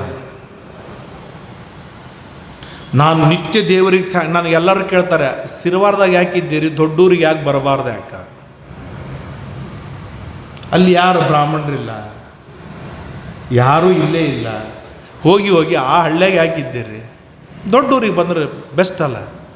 ದೊಡ್ಡೂರಿಗೆ ಬಂದ್ರೆ ಸಮಸ್ಯೆ ಏನು ಗೊತ್ತಾ? ಇವತ್ತು ನನ್ನ ಮನೆಯೊಳಗೆ ಏನೋ ಸ್ವಲ್ಪ ಸಮಸ್ಯೆ ಆಯಿತು, ಕರೆಂಟ್ ಇಲ್ಲ, ನೀರಿಲ್ಲ, ಏನೋ ಸಮಸ್ಯೆ ಆಯಿತು, ಅಥವಾ ಏಳುವುದು ತಡವಾಗಿ ಎದ್ದೆ. ಆಗೇನಾಗತ್ತೆ, ದೊಡ್ಡೂರಿನಲ್ಲಿ ಮಠ ಇದೆ, ಮಠದೊಳಗೆ ಊಟಕ್ಕೆ ಹಾಕ್ತಾರೆ ಅಂದರೆ ಸೀದಾ ನಾನು ಸ್ನಾನ ಮಾಡಿದೆ, ಗೋಪಚಂದ ಹಚ್ಕೊಂಡೆ, ಬಂದೆ, ಊಟ ಮಾಡಿದ್ದೆ, ದೇವರ ಪೂಜೆ ಏನಾಯಿತು? ನಮ್ಮ ಊರಲ್ಲಿದ್ದರೆ ಹಾಗಾಗುವುದಿಲ್ಲ. ಏನಾಗತ್ತೆ ಅಂತಂದರೆ, ದೇವ್ರ ನೈವೇದ್ಯನೇ ಊಟ ಮಾಡಬೇಕು, ತೀರ್ಥ ತೆಗೆದುಕೊಳ್ಳಬೇಕು ಅಂತೆ ಹಠ ಇದ್ದಾಗ ಕಷ್ಟ ಬರಲಿ, 12ಕ್ಕೆ ನೀರು ಬರಲಿ, 1ಕ್ಕೆ ನೀರು ಬರಲಿ, 2ಕ್ಕೆ ನೀರು ಬರಲಿ, ರೋಗ ಬರಲಿ, ಜ್ವರ ಬರಲಿ, ಏನು ಬೇಕಾದ್ದು ಬರಲಿ, ದೇವರ ಒಂದು ಸಾಲಿಗ್ರಾಮಕ್ಕೆ ಒಂದು ತೊಟ್ಟು ನೀರು ಹಾಕಿ ಆದರೂ ಊಟ ಮಾಡಬೇಕಾಗತ್ತೆ. ಇದು ಏನಿದೆ, ನಮಗೆ ಕಷ್ಟಗಳು ಮೇಲ್ನೋಟಕ್ಕೆ ಅನೇಕ ಕಷ್ಟಗಳು ಅನ್ನಿಸ್ಬೋದು, ಆದರೆ ಇದರಿಂದ ಆಗುವ ಸಾಧನೆಗಳೇನಿದೆ ಅದು ಬಹಳ ಉನ್ನತ ಮಟ್ಟದ ಸಾಧನೆ ಆಗತ್ತೆ. ಈ ಕಾನ್ಸೆಪ್ಟ್ ಕೊಡುವುದೇ ರಾಮಾಯಣ, ಈ ಕಾನ್ಸೆಪ್ಟ್ ಕೊಡುವುದೇ ರಾಮಾಯಣ. ಹಾಗಾಗಿ ತನ್ನ ಸಣ್ಣದಾಗಿರ್ತಕ್ಕಂಥ ಪುಟ್ಟದಾದ ಕುಟೀರವಿದ್ದರೂ ಕೂಡ 10,000 ಜನ ಋಷಿಗಳಿಗೆ ಊಟಕ್ಕೆ ಹಾಕ್ತಾನೆ ರಾಮ. ಅವನಿಗೇನು ಅನಿವಾರ್ಯತೆ ಇದೆ, ಅವನಿಗೇನು ಗರಜಿದೆ? ಏನೂ ಇಲ್ಲ. ತಾನು ಮಾಡಿದ್ದೇ ರಾಜ್ಯ, ತಾನೇ ಧರ್ಮಕರ್ತರು, ತಾನು ನಡೆದಿದ್ದೇ ದಾರಿ. ಹೀಗಿದ್ದಾಗಲೂ ಕೂಡ ತಾನು ಏನು ಮಾಡಬೇಕೋ ಅದರೊಳಗೆ ಸ್ವಲ್ಪ ಬಿಡುವುದಿಲ್ಲ. ಯಾಕೆ? ನಾನು ಆದರ್ಶ ಪುರುಷ, ನಾನು ಹಿರಿಯಣ್ಣ, ನಾನೇನು ಮಾಡ್ತೇನೆ ಅದು ಎಲ್ಲ ಮನಿ ಮಂದಿಗಿರ್ತದೆ. ನಾನು ಧರ್ಮ ಬಿಟ್ಟರೆ ಈ ಮನಿ ಮಂದಿ ಎಲ್ಲ ಧರ್ಮ ಬಿಟ್ಟು ಹೋಗ್ತಾರೆ ಅಂತ ರಾಮ ಗಟ್ಟಿಯಾಗಿ ನಿಂತ, ಅದಕ್ಕೆ ಸ್ಟ್ಯಾಂಡ್ ಆದ. ಇದು ರಾಮನ ದೊಡ್ಡದಾಗಿರ್ತಕ್ಕಂಥ ಆದರ್ಶ. ಈ ಆದರ್ಶವನ್ನು ಯಜಮಾನರಾಗಿರ್ತಕ್ಕಂಥ ನಾವು ನೀವೆಲ್ಲರೂ ಅವಶ್ಯವಾಗಿ ಸರಳವಾಗಿ ಪರಿಪಾಲನೆಯನ್ನು ಮಾಡಲೇಬಹುದು, ಮಾಡಬಹುದು. ಕಷ್ಟ ಏನಲ್ಲ. ಯಾಕೆ? ನಾವು ಯಜಮಾನರಿದ್ದೇವೆ. ನಮ್ಮ ಮನೆಯೊಳಗೆ ನಾನು ಹಾಕಿದ್ದೇ ದಾರಿ ಇದೆ. ನನಗೆ ಯಾರೂ ಎದುರು ಮಾತಾಡುವುದಿಲ್ಲ, ನನಗೆ ಯಾರೂ ಎದುರು ನಿಂದಿರುವುದಿಲ್ಲ. ಸ್ವಲ್ಪ ಚೂರು ಚಾರು ಆಚೆ ಈಚೆ ಬೈದಾರು, ಆದರೆ ವಿರುದ್ಧವಾಗಿ ನಡೆದುಕೊಳ್ಳಿಕ್ಕೆ ಸಾಧ್ಯವಿಲ್ಲ. ಹೀಗಿದ್ದ ಧರ್ಮ ಮಾರ್ಗಕ್ಕೆ ಯಾರು ವಿರೋಧ ಮಾಡುವವರಿದ್ದಾರೆ?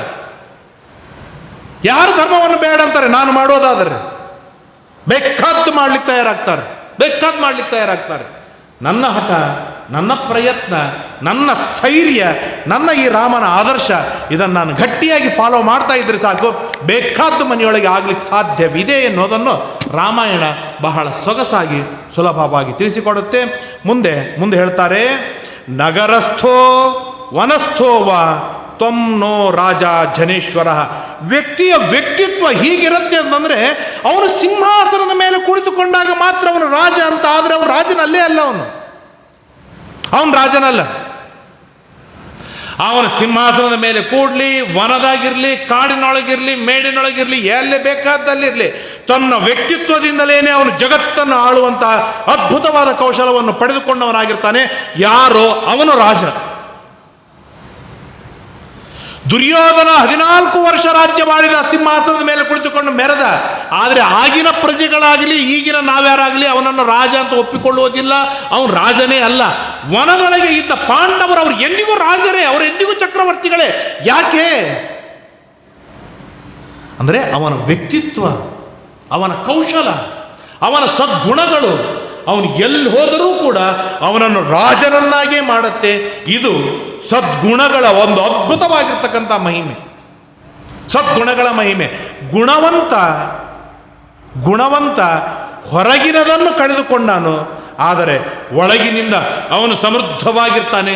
ತನ್ನ ಪ್ರಭಾವ, ತನ್ನ ವ್ಯಕ್ತಿತ್ವ ಏನು ಬೀರಬೇಕೋ ಅದನ್ನು ಚೆನ್ನಾಗಿ ಬೀರಿರ್ತಾನೆ.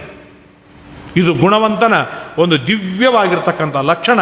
ಇದು ನಾವು ರಾಮನಲ್ಲಿ ಕೇಳ್ತೇವೆ. ಧರ್ಮಪಾಲೋ ಜನಸ್ಯಾಸ್ಯ ಇತ್ಯಾದಿಯಾಗಿ ರಾಮನ ಬಗ್ಗೆ ತುಂಬ ಹೇಳ್ತಾರೆ. ಹೇಳಿ ಆದಮೇಲೆ ಅಹಂ ವನವಿದಂ ದುರ್ಗಂ, ಆಗ ಅಲ್ಲಿ ಏನಾಗತ್ತೆ, ದದರ್ಷ ಗಿರಿಶೃಂಗಾಭಂ. ಒಮ್ಮೆ ಕಷ್ಟಗಳು ಬರಲಿಕ್ಕೆ ಶುರುವಾಯಿತು ಅಂತಾದರೆ ತುಂಬ ಕಷ್ಟಗಳು, ತುಂಬ ಆಪತ್ತುಗಳು ಒದಗಿ ಬರುತ್ತೆ. ಅಲ್ಲಿ ಗಿರಿಶೃಂಗಾಭಂ, ದೊಡ್ಡದಾದ ಬೆಟ್ಟದ ಆಕಾರದೊಳಗೆ ಒಂದೇನೋ ನಡೆದು ಬರ್ತಾ ಇದೆ. ನೋಡ್ತಾ ಇರುವಾಗಲೇ ಅದು ಹೇಗಿತ್ತು ಅಂತಂದರೆ ಗಭೀರಾಕ್ಷಂ, ದೊಡ್ಡದಾದ ಗುಹಾ ಇದ್ದ ಹಾಗೆ ಕಣ್ಣುಗಳಿದೆ. ಗಾಬರಿ ಆಗ್ತಾರೆ. ಅಷ್ಟಾಗ್ತಾ ಇರುವಾಗಲೇನೆ ವೈದೇಹಿಂ ಅಪಕ್ರಮ್ಯ, ರಾಮ ಲಕ್ಷ್ಮಣರನ್ನು ತನ್ನ ಹೆಗಲ ಮೇಲೆ ಇಟ್ಟುಕೊಂಡು ವೈದೇಹಿ ಸುತ್ತ ಪ್ರದಕ್ಷಿಣೆಯನ್ನು ಹಾಕ್ತಾ ಇದ್ದಾನೆ. ಏಯ್ ವೈದೇಹಿ, ನಿನ್ನ ಅವಸ್ಥೆ ಏನು? ನಿನ್ನ ಗಂಡಂದ್ರು ನನ್ನ ಹೆಗಲ ಮೇಲೆ ಏರಿಬಿಟ್ಟಿದ್ದಾರೆ. ಕೇಳ್ತಾರೆ, ಯಾರವ ಅಂತ ಕೇಳಿದಾಗ ಅವನು ವಿರಾಧ ಎನ್ನುವಂಥ ದೊಡ್ಡ ರಾಕ್ಷಸ. ರುದ್ರದೇವರನ್ನು ಕುರಿತು ತಪಸ್ಸು ಮಾಡಿ ಜಗತ್ತಿನೊಳಗೆ ನನ್ನನ್ನು ಸೋಲಿಸುವರು, ನನ್ನನ್ನು ಸಂಹಾರವನ್ನು ಮಾಡುವವರು ಯಾರು ಇರಬಾರದು ಅಂತೇಳಿ ವರ ಪಡೆದುಕೊಂಡು ಬಂದ ಮಹಾಬಲಾಢ್ಯ. ಅಹಂ ವನಮಿದಂ ದುರ್ಗಂ ವಿರಾಧೋ ನಾಮ ರಾಕ್ಷಸಃ ಚರಾಮಿ ಸಾಯುಧೋ ನಿತ್ಯಂ ಋಷಿ ಮಾಂಸಾನಿ ಭಕ್ಷಯನ್. ಆಗ ರಾಮ ಕೇಳ್ತಾನೆ, ನಿನ್ನ ಕೆಲಸ ಏನಪ್ಪ? ದಿನನಿತ್ಯದ ಕೆಲಸ ಏನು?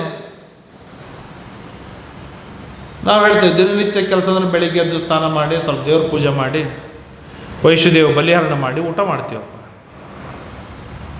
ಅವನು ಎಷ್ಟು ಸರಳವಾಗಿ ಹೇಳ್ತಾನಂತ, ಏನಿಲ್ಲೇ ಇಲ್ಲ, ಮಿನಿಮಮ್ ಒಂದು 10 ಋಷಿಗಳನ್ನು ಸಂಹಾರವನ್ನು ಮಾಡಿ ಅವ್ರ ಮಾಂಸ ತಿಂತೀನಿ ನಾನು. ಸುಲಭದೊಳಗೆ ಹೇಳ್ತಾನೆ, ನಿತ್ಯಂ ಋಷಿ ಮಾಂಸಾನಿ ಭಕ್ಷಯನ್, ಋಷಿಗಳ ಮಾಂಸವನ್ನು ನಾನು ತಿಂತ ಸುಖವಾಗಿದ್ದೇನೆ ಅಂತ ಹೇಳ್ತಾನೆ. ಇಯಂ ನಾರಿ ವರಾರೋಹ ಮಮ ಭಾರ್ಯ ಭವಿಷ್ಯತಿ. ರಾಮ ಲಕ್ಷ್ಮಣ, ಇದೇನು ಹೆಣ್ಣಿದ್ದಾಳಲ್ಲ, ಈ ಹೆಣ್ಣೇನಿದ್ದಾಳಲ್ಲ ನಿಮ್ಮ ಹೆಂಡತಿ ಅಂತ ತಿಳಿದಿದ್ದೇನೆ. ಅಲ್ಲೇ ಅಲ್ಲ, ಇಲ್ಲಿವರೆಗೆ ನಿಮ್ಮ ಹೆಂಡತಿ, ಇವತ್ತರಿಂದ ನನ್ನ ಹೆಂಡತಿ ಅವಳು. ಏನು ವಿಚಾರವನ್ನು ಮಾಡಬೇಡ. ಲಕ್ಷ್ಮಣ ಅಂತಾನೆ, ಯಾಕೆ ಏನು ಹೇಳ್ತೀನಿ? ನಾವು ಧರ್ಮದಿಂದ ಮದುವೆಯಾಗಿದ್ದಾನೆ ನಮ್ಮ ಅಣ್ಣ. ನಿಮ್ಮ ಅಣ್ಣ ಇದ್ರಲ್ಲ ನಿಮ್ಮ ಅಣ್ಣನ ಹೆಂಡತಿ ಆಗಲಿಕ್ಕೆ. ನಿಮ್ಮಿಬ್ಬರನ್ನು ಒಂದೇ ಋಷಿ ಮುನಿಗಳನ್ನೇ ತಿಂತೀನಂದಮೇಲೆ ನೀವಿಬ್ಬರು ಯಾವ ಗಿಡದ ತೊಪ್ಪಲು? ನಿಮ್ಮನ್ನು ತಿಂದು ಹಾಕ್ತೇನೆ, ನಾನು ಇವಳ ಜೊತೆ ಸುಖವಾಗಿರ್ತೇನೆ. ಯುವಯೋ ಪಾಪಯೋಶ್ಚಾಹಂ ಪಾಸ್ಯಾಮಿ ರುಧಿರಂ ಹೃದಯ. ನಿಮ್ಮ ಪಾಪಿಷ್ಠರಾಗಿರ್ತಕ್ಕಂಥ ನಿಮ್ಮಿಬ್ಬರ ರಕ್ತವನ್ನು ನಾನು ಚೆನ್ನಾಗಿ ಪಾನ ಮಾಡ್ತೇನೆ, ಏನು ವಿಚಾರ ಬೇಡ ಅಂತ ಹೇಳಿ ಅವನು ಹೇಳ್ತಾನೆ. ಸಾಕಷ್ಟು ಮಾತುಗಳನ್ನ ಹೇಳ್ತಾನೆ. ಭಾರಿ ವಾದ ವಿವಾದ ಚರ್ಚೆಗಳೆಲ್ಲ ಆಗತ್ತೆ. ಆಗ ರಾಮ ಲಕ್ಷ್ಮಣ ಅವರಿಬ್ಬರ ಮೇಲೆ ಯುದ್ಧ ಜಗಳ ಪ್ರಾರಂಭವಾಗತ್ತೆ. ತತಸ್ಸಜ್ಜಂ ಧನುಕೃತ್ವ ರಾಮ ಸುನಿಶ್ಚಿತಾಂಶರಾನ್.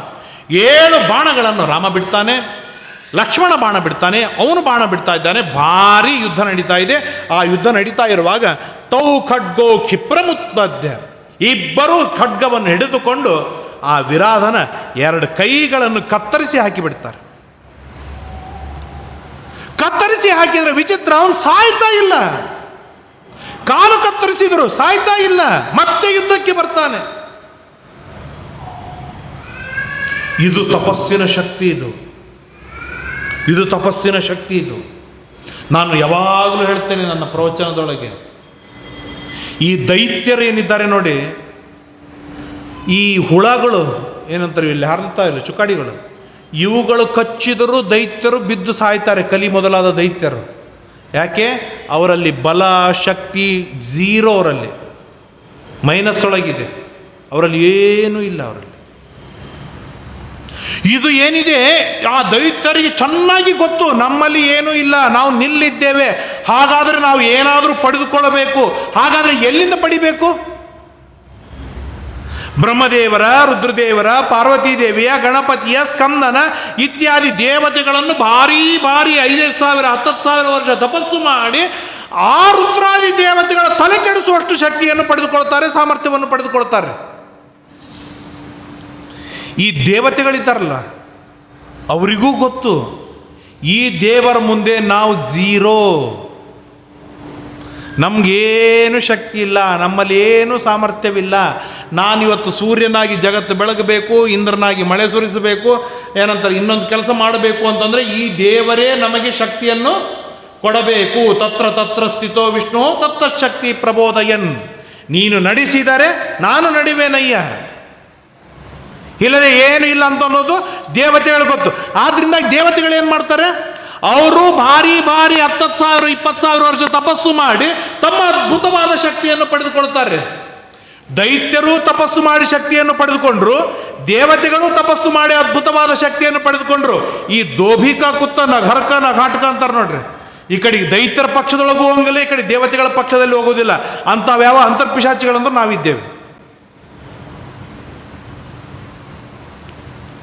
ಯಾಕೆ ಅಂತಂದ್ರೆ ದೇವರು ಇಷ್ಟು ಮಜಾ ಮಾಡಿಬಿಟ್ಟ ಅಂತಂದ್ರೆ ನಮ್ಮಲ್ಲಿ ಏನೂ ಇಲ್ಲ ಎನ್ನುವ ಫೀಲೇ ನಮಗೆ ಕೊಟ್ಟಿಲ್ಲ ದೇವರು. ನಾವು ಹುಟ್ಟುತ್ತಾ ಇರುವಾಗಲೇನೆ ನಿನ್ನಲ್ಲಿ ಎಲ್ಲ ಇದೆ, ನೀನು ಎಲ್ಲ ಇದ್ದಿ, ನೀನು ಸಮೃದ್ಧನಾಗಿದ್ದಿ ಎಂಬುದಾಗಿಯೇನೆ ನಮಗೆ ಅದ್ಭುತವಾದ ನಾಲೆಜ್ ಕೊಟ್ಟ, ಒಂದು ಅಹಂಕಾರ ಕೊಟ್ಟ, ನಾನು ಭಾರಿ ಎನ್ನೋದು. ಆದ್ದರಿಂದಾಗಿ ಏನು ಪಡೆಯೋದಿದೆ ನಾನೇ ಪಡೆದುಕೊಳ್ತೇನೆ ಎನ್ನುವ ಒಂದು ಕೌಶಲವನ್ನು ನಮ್ಮ ತಲೆಯೊಳಗೆ ಹಾಕಿಬಿಟ್ಟ. ಆದ್ದರಿಂದಾಗಿ ನಾನು ಕೆಳಗಿನ ಮೆಟ್ಟಲಿನಲ್ಲಿ ಇದ್ದೇನೆ ಎನ್ನುವ ತಿಳುವಳಿಕೆ ಇದ್ದಾಗ ಅವನು ಮೇಲೆ ಏರ್ಲಿಕ್ಕೆ ಪ್ರಯತ್ನ ಮಾಡ್ತಾನೆ. ನಾನು ಮೇಲೆ ಇದ್ದೇನೆ ಅನ್ನೋ ಫೀಲ್ ಇದ್ದಾಗ ಅವನು ಮತ್ತೆ ಮೇಲೆ ಹೋಗ್ಲಿಕ್ಕೆ ಅವನಿಂದ ಆಗೋದಿಲ್ಲ. ಆ ತರಹದ ಪರಿಸ್ಥಿತಿ ನಮ್ಮಲ್ಲಿದೆ. ನನಗೇನು ಕಡಿಮೆ ಆಗಿದೆ ಇವತ್ತು? ಯಾಕೆ ತಪಸ್ಸು ಮಾಡಬೇಕು? ಏನು ಕಮ್ಮಿ ಆಗಿದೆ ಇವತ್ತು ನನಗೆ?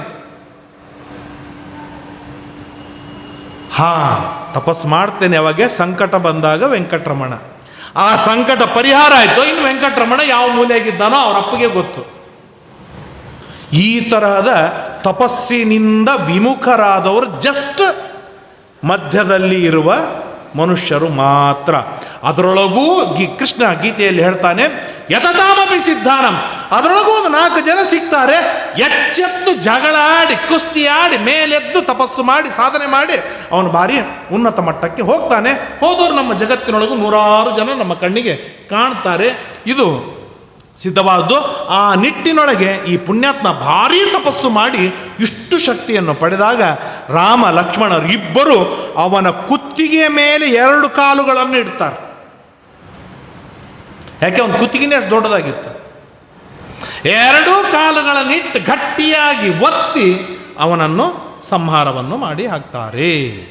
ಅವನು ಕೆಳಗೆ ಕುಸಿದು ಬಿದ್ದ, ಸತ್ತು ಬಿದ್ದ ಕ್ಷಣದೊಳಗೇನೆ ಮೂಲ ರೂಪದಿಂದ ಹೊರಗೆ ಬರ್ತಾನೆ.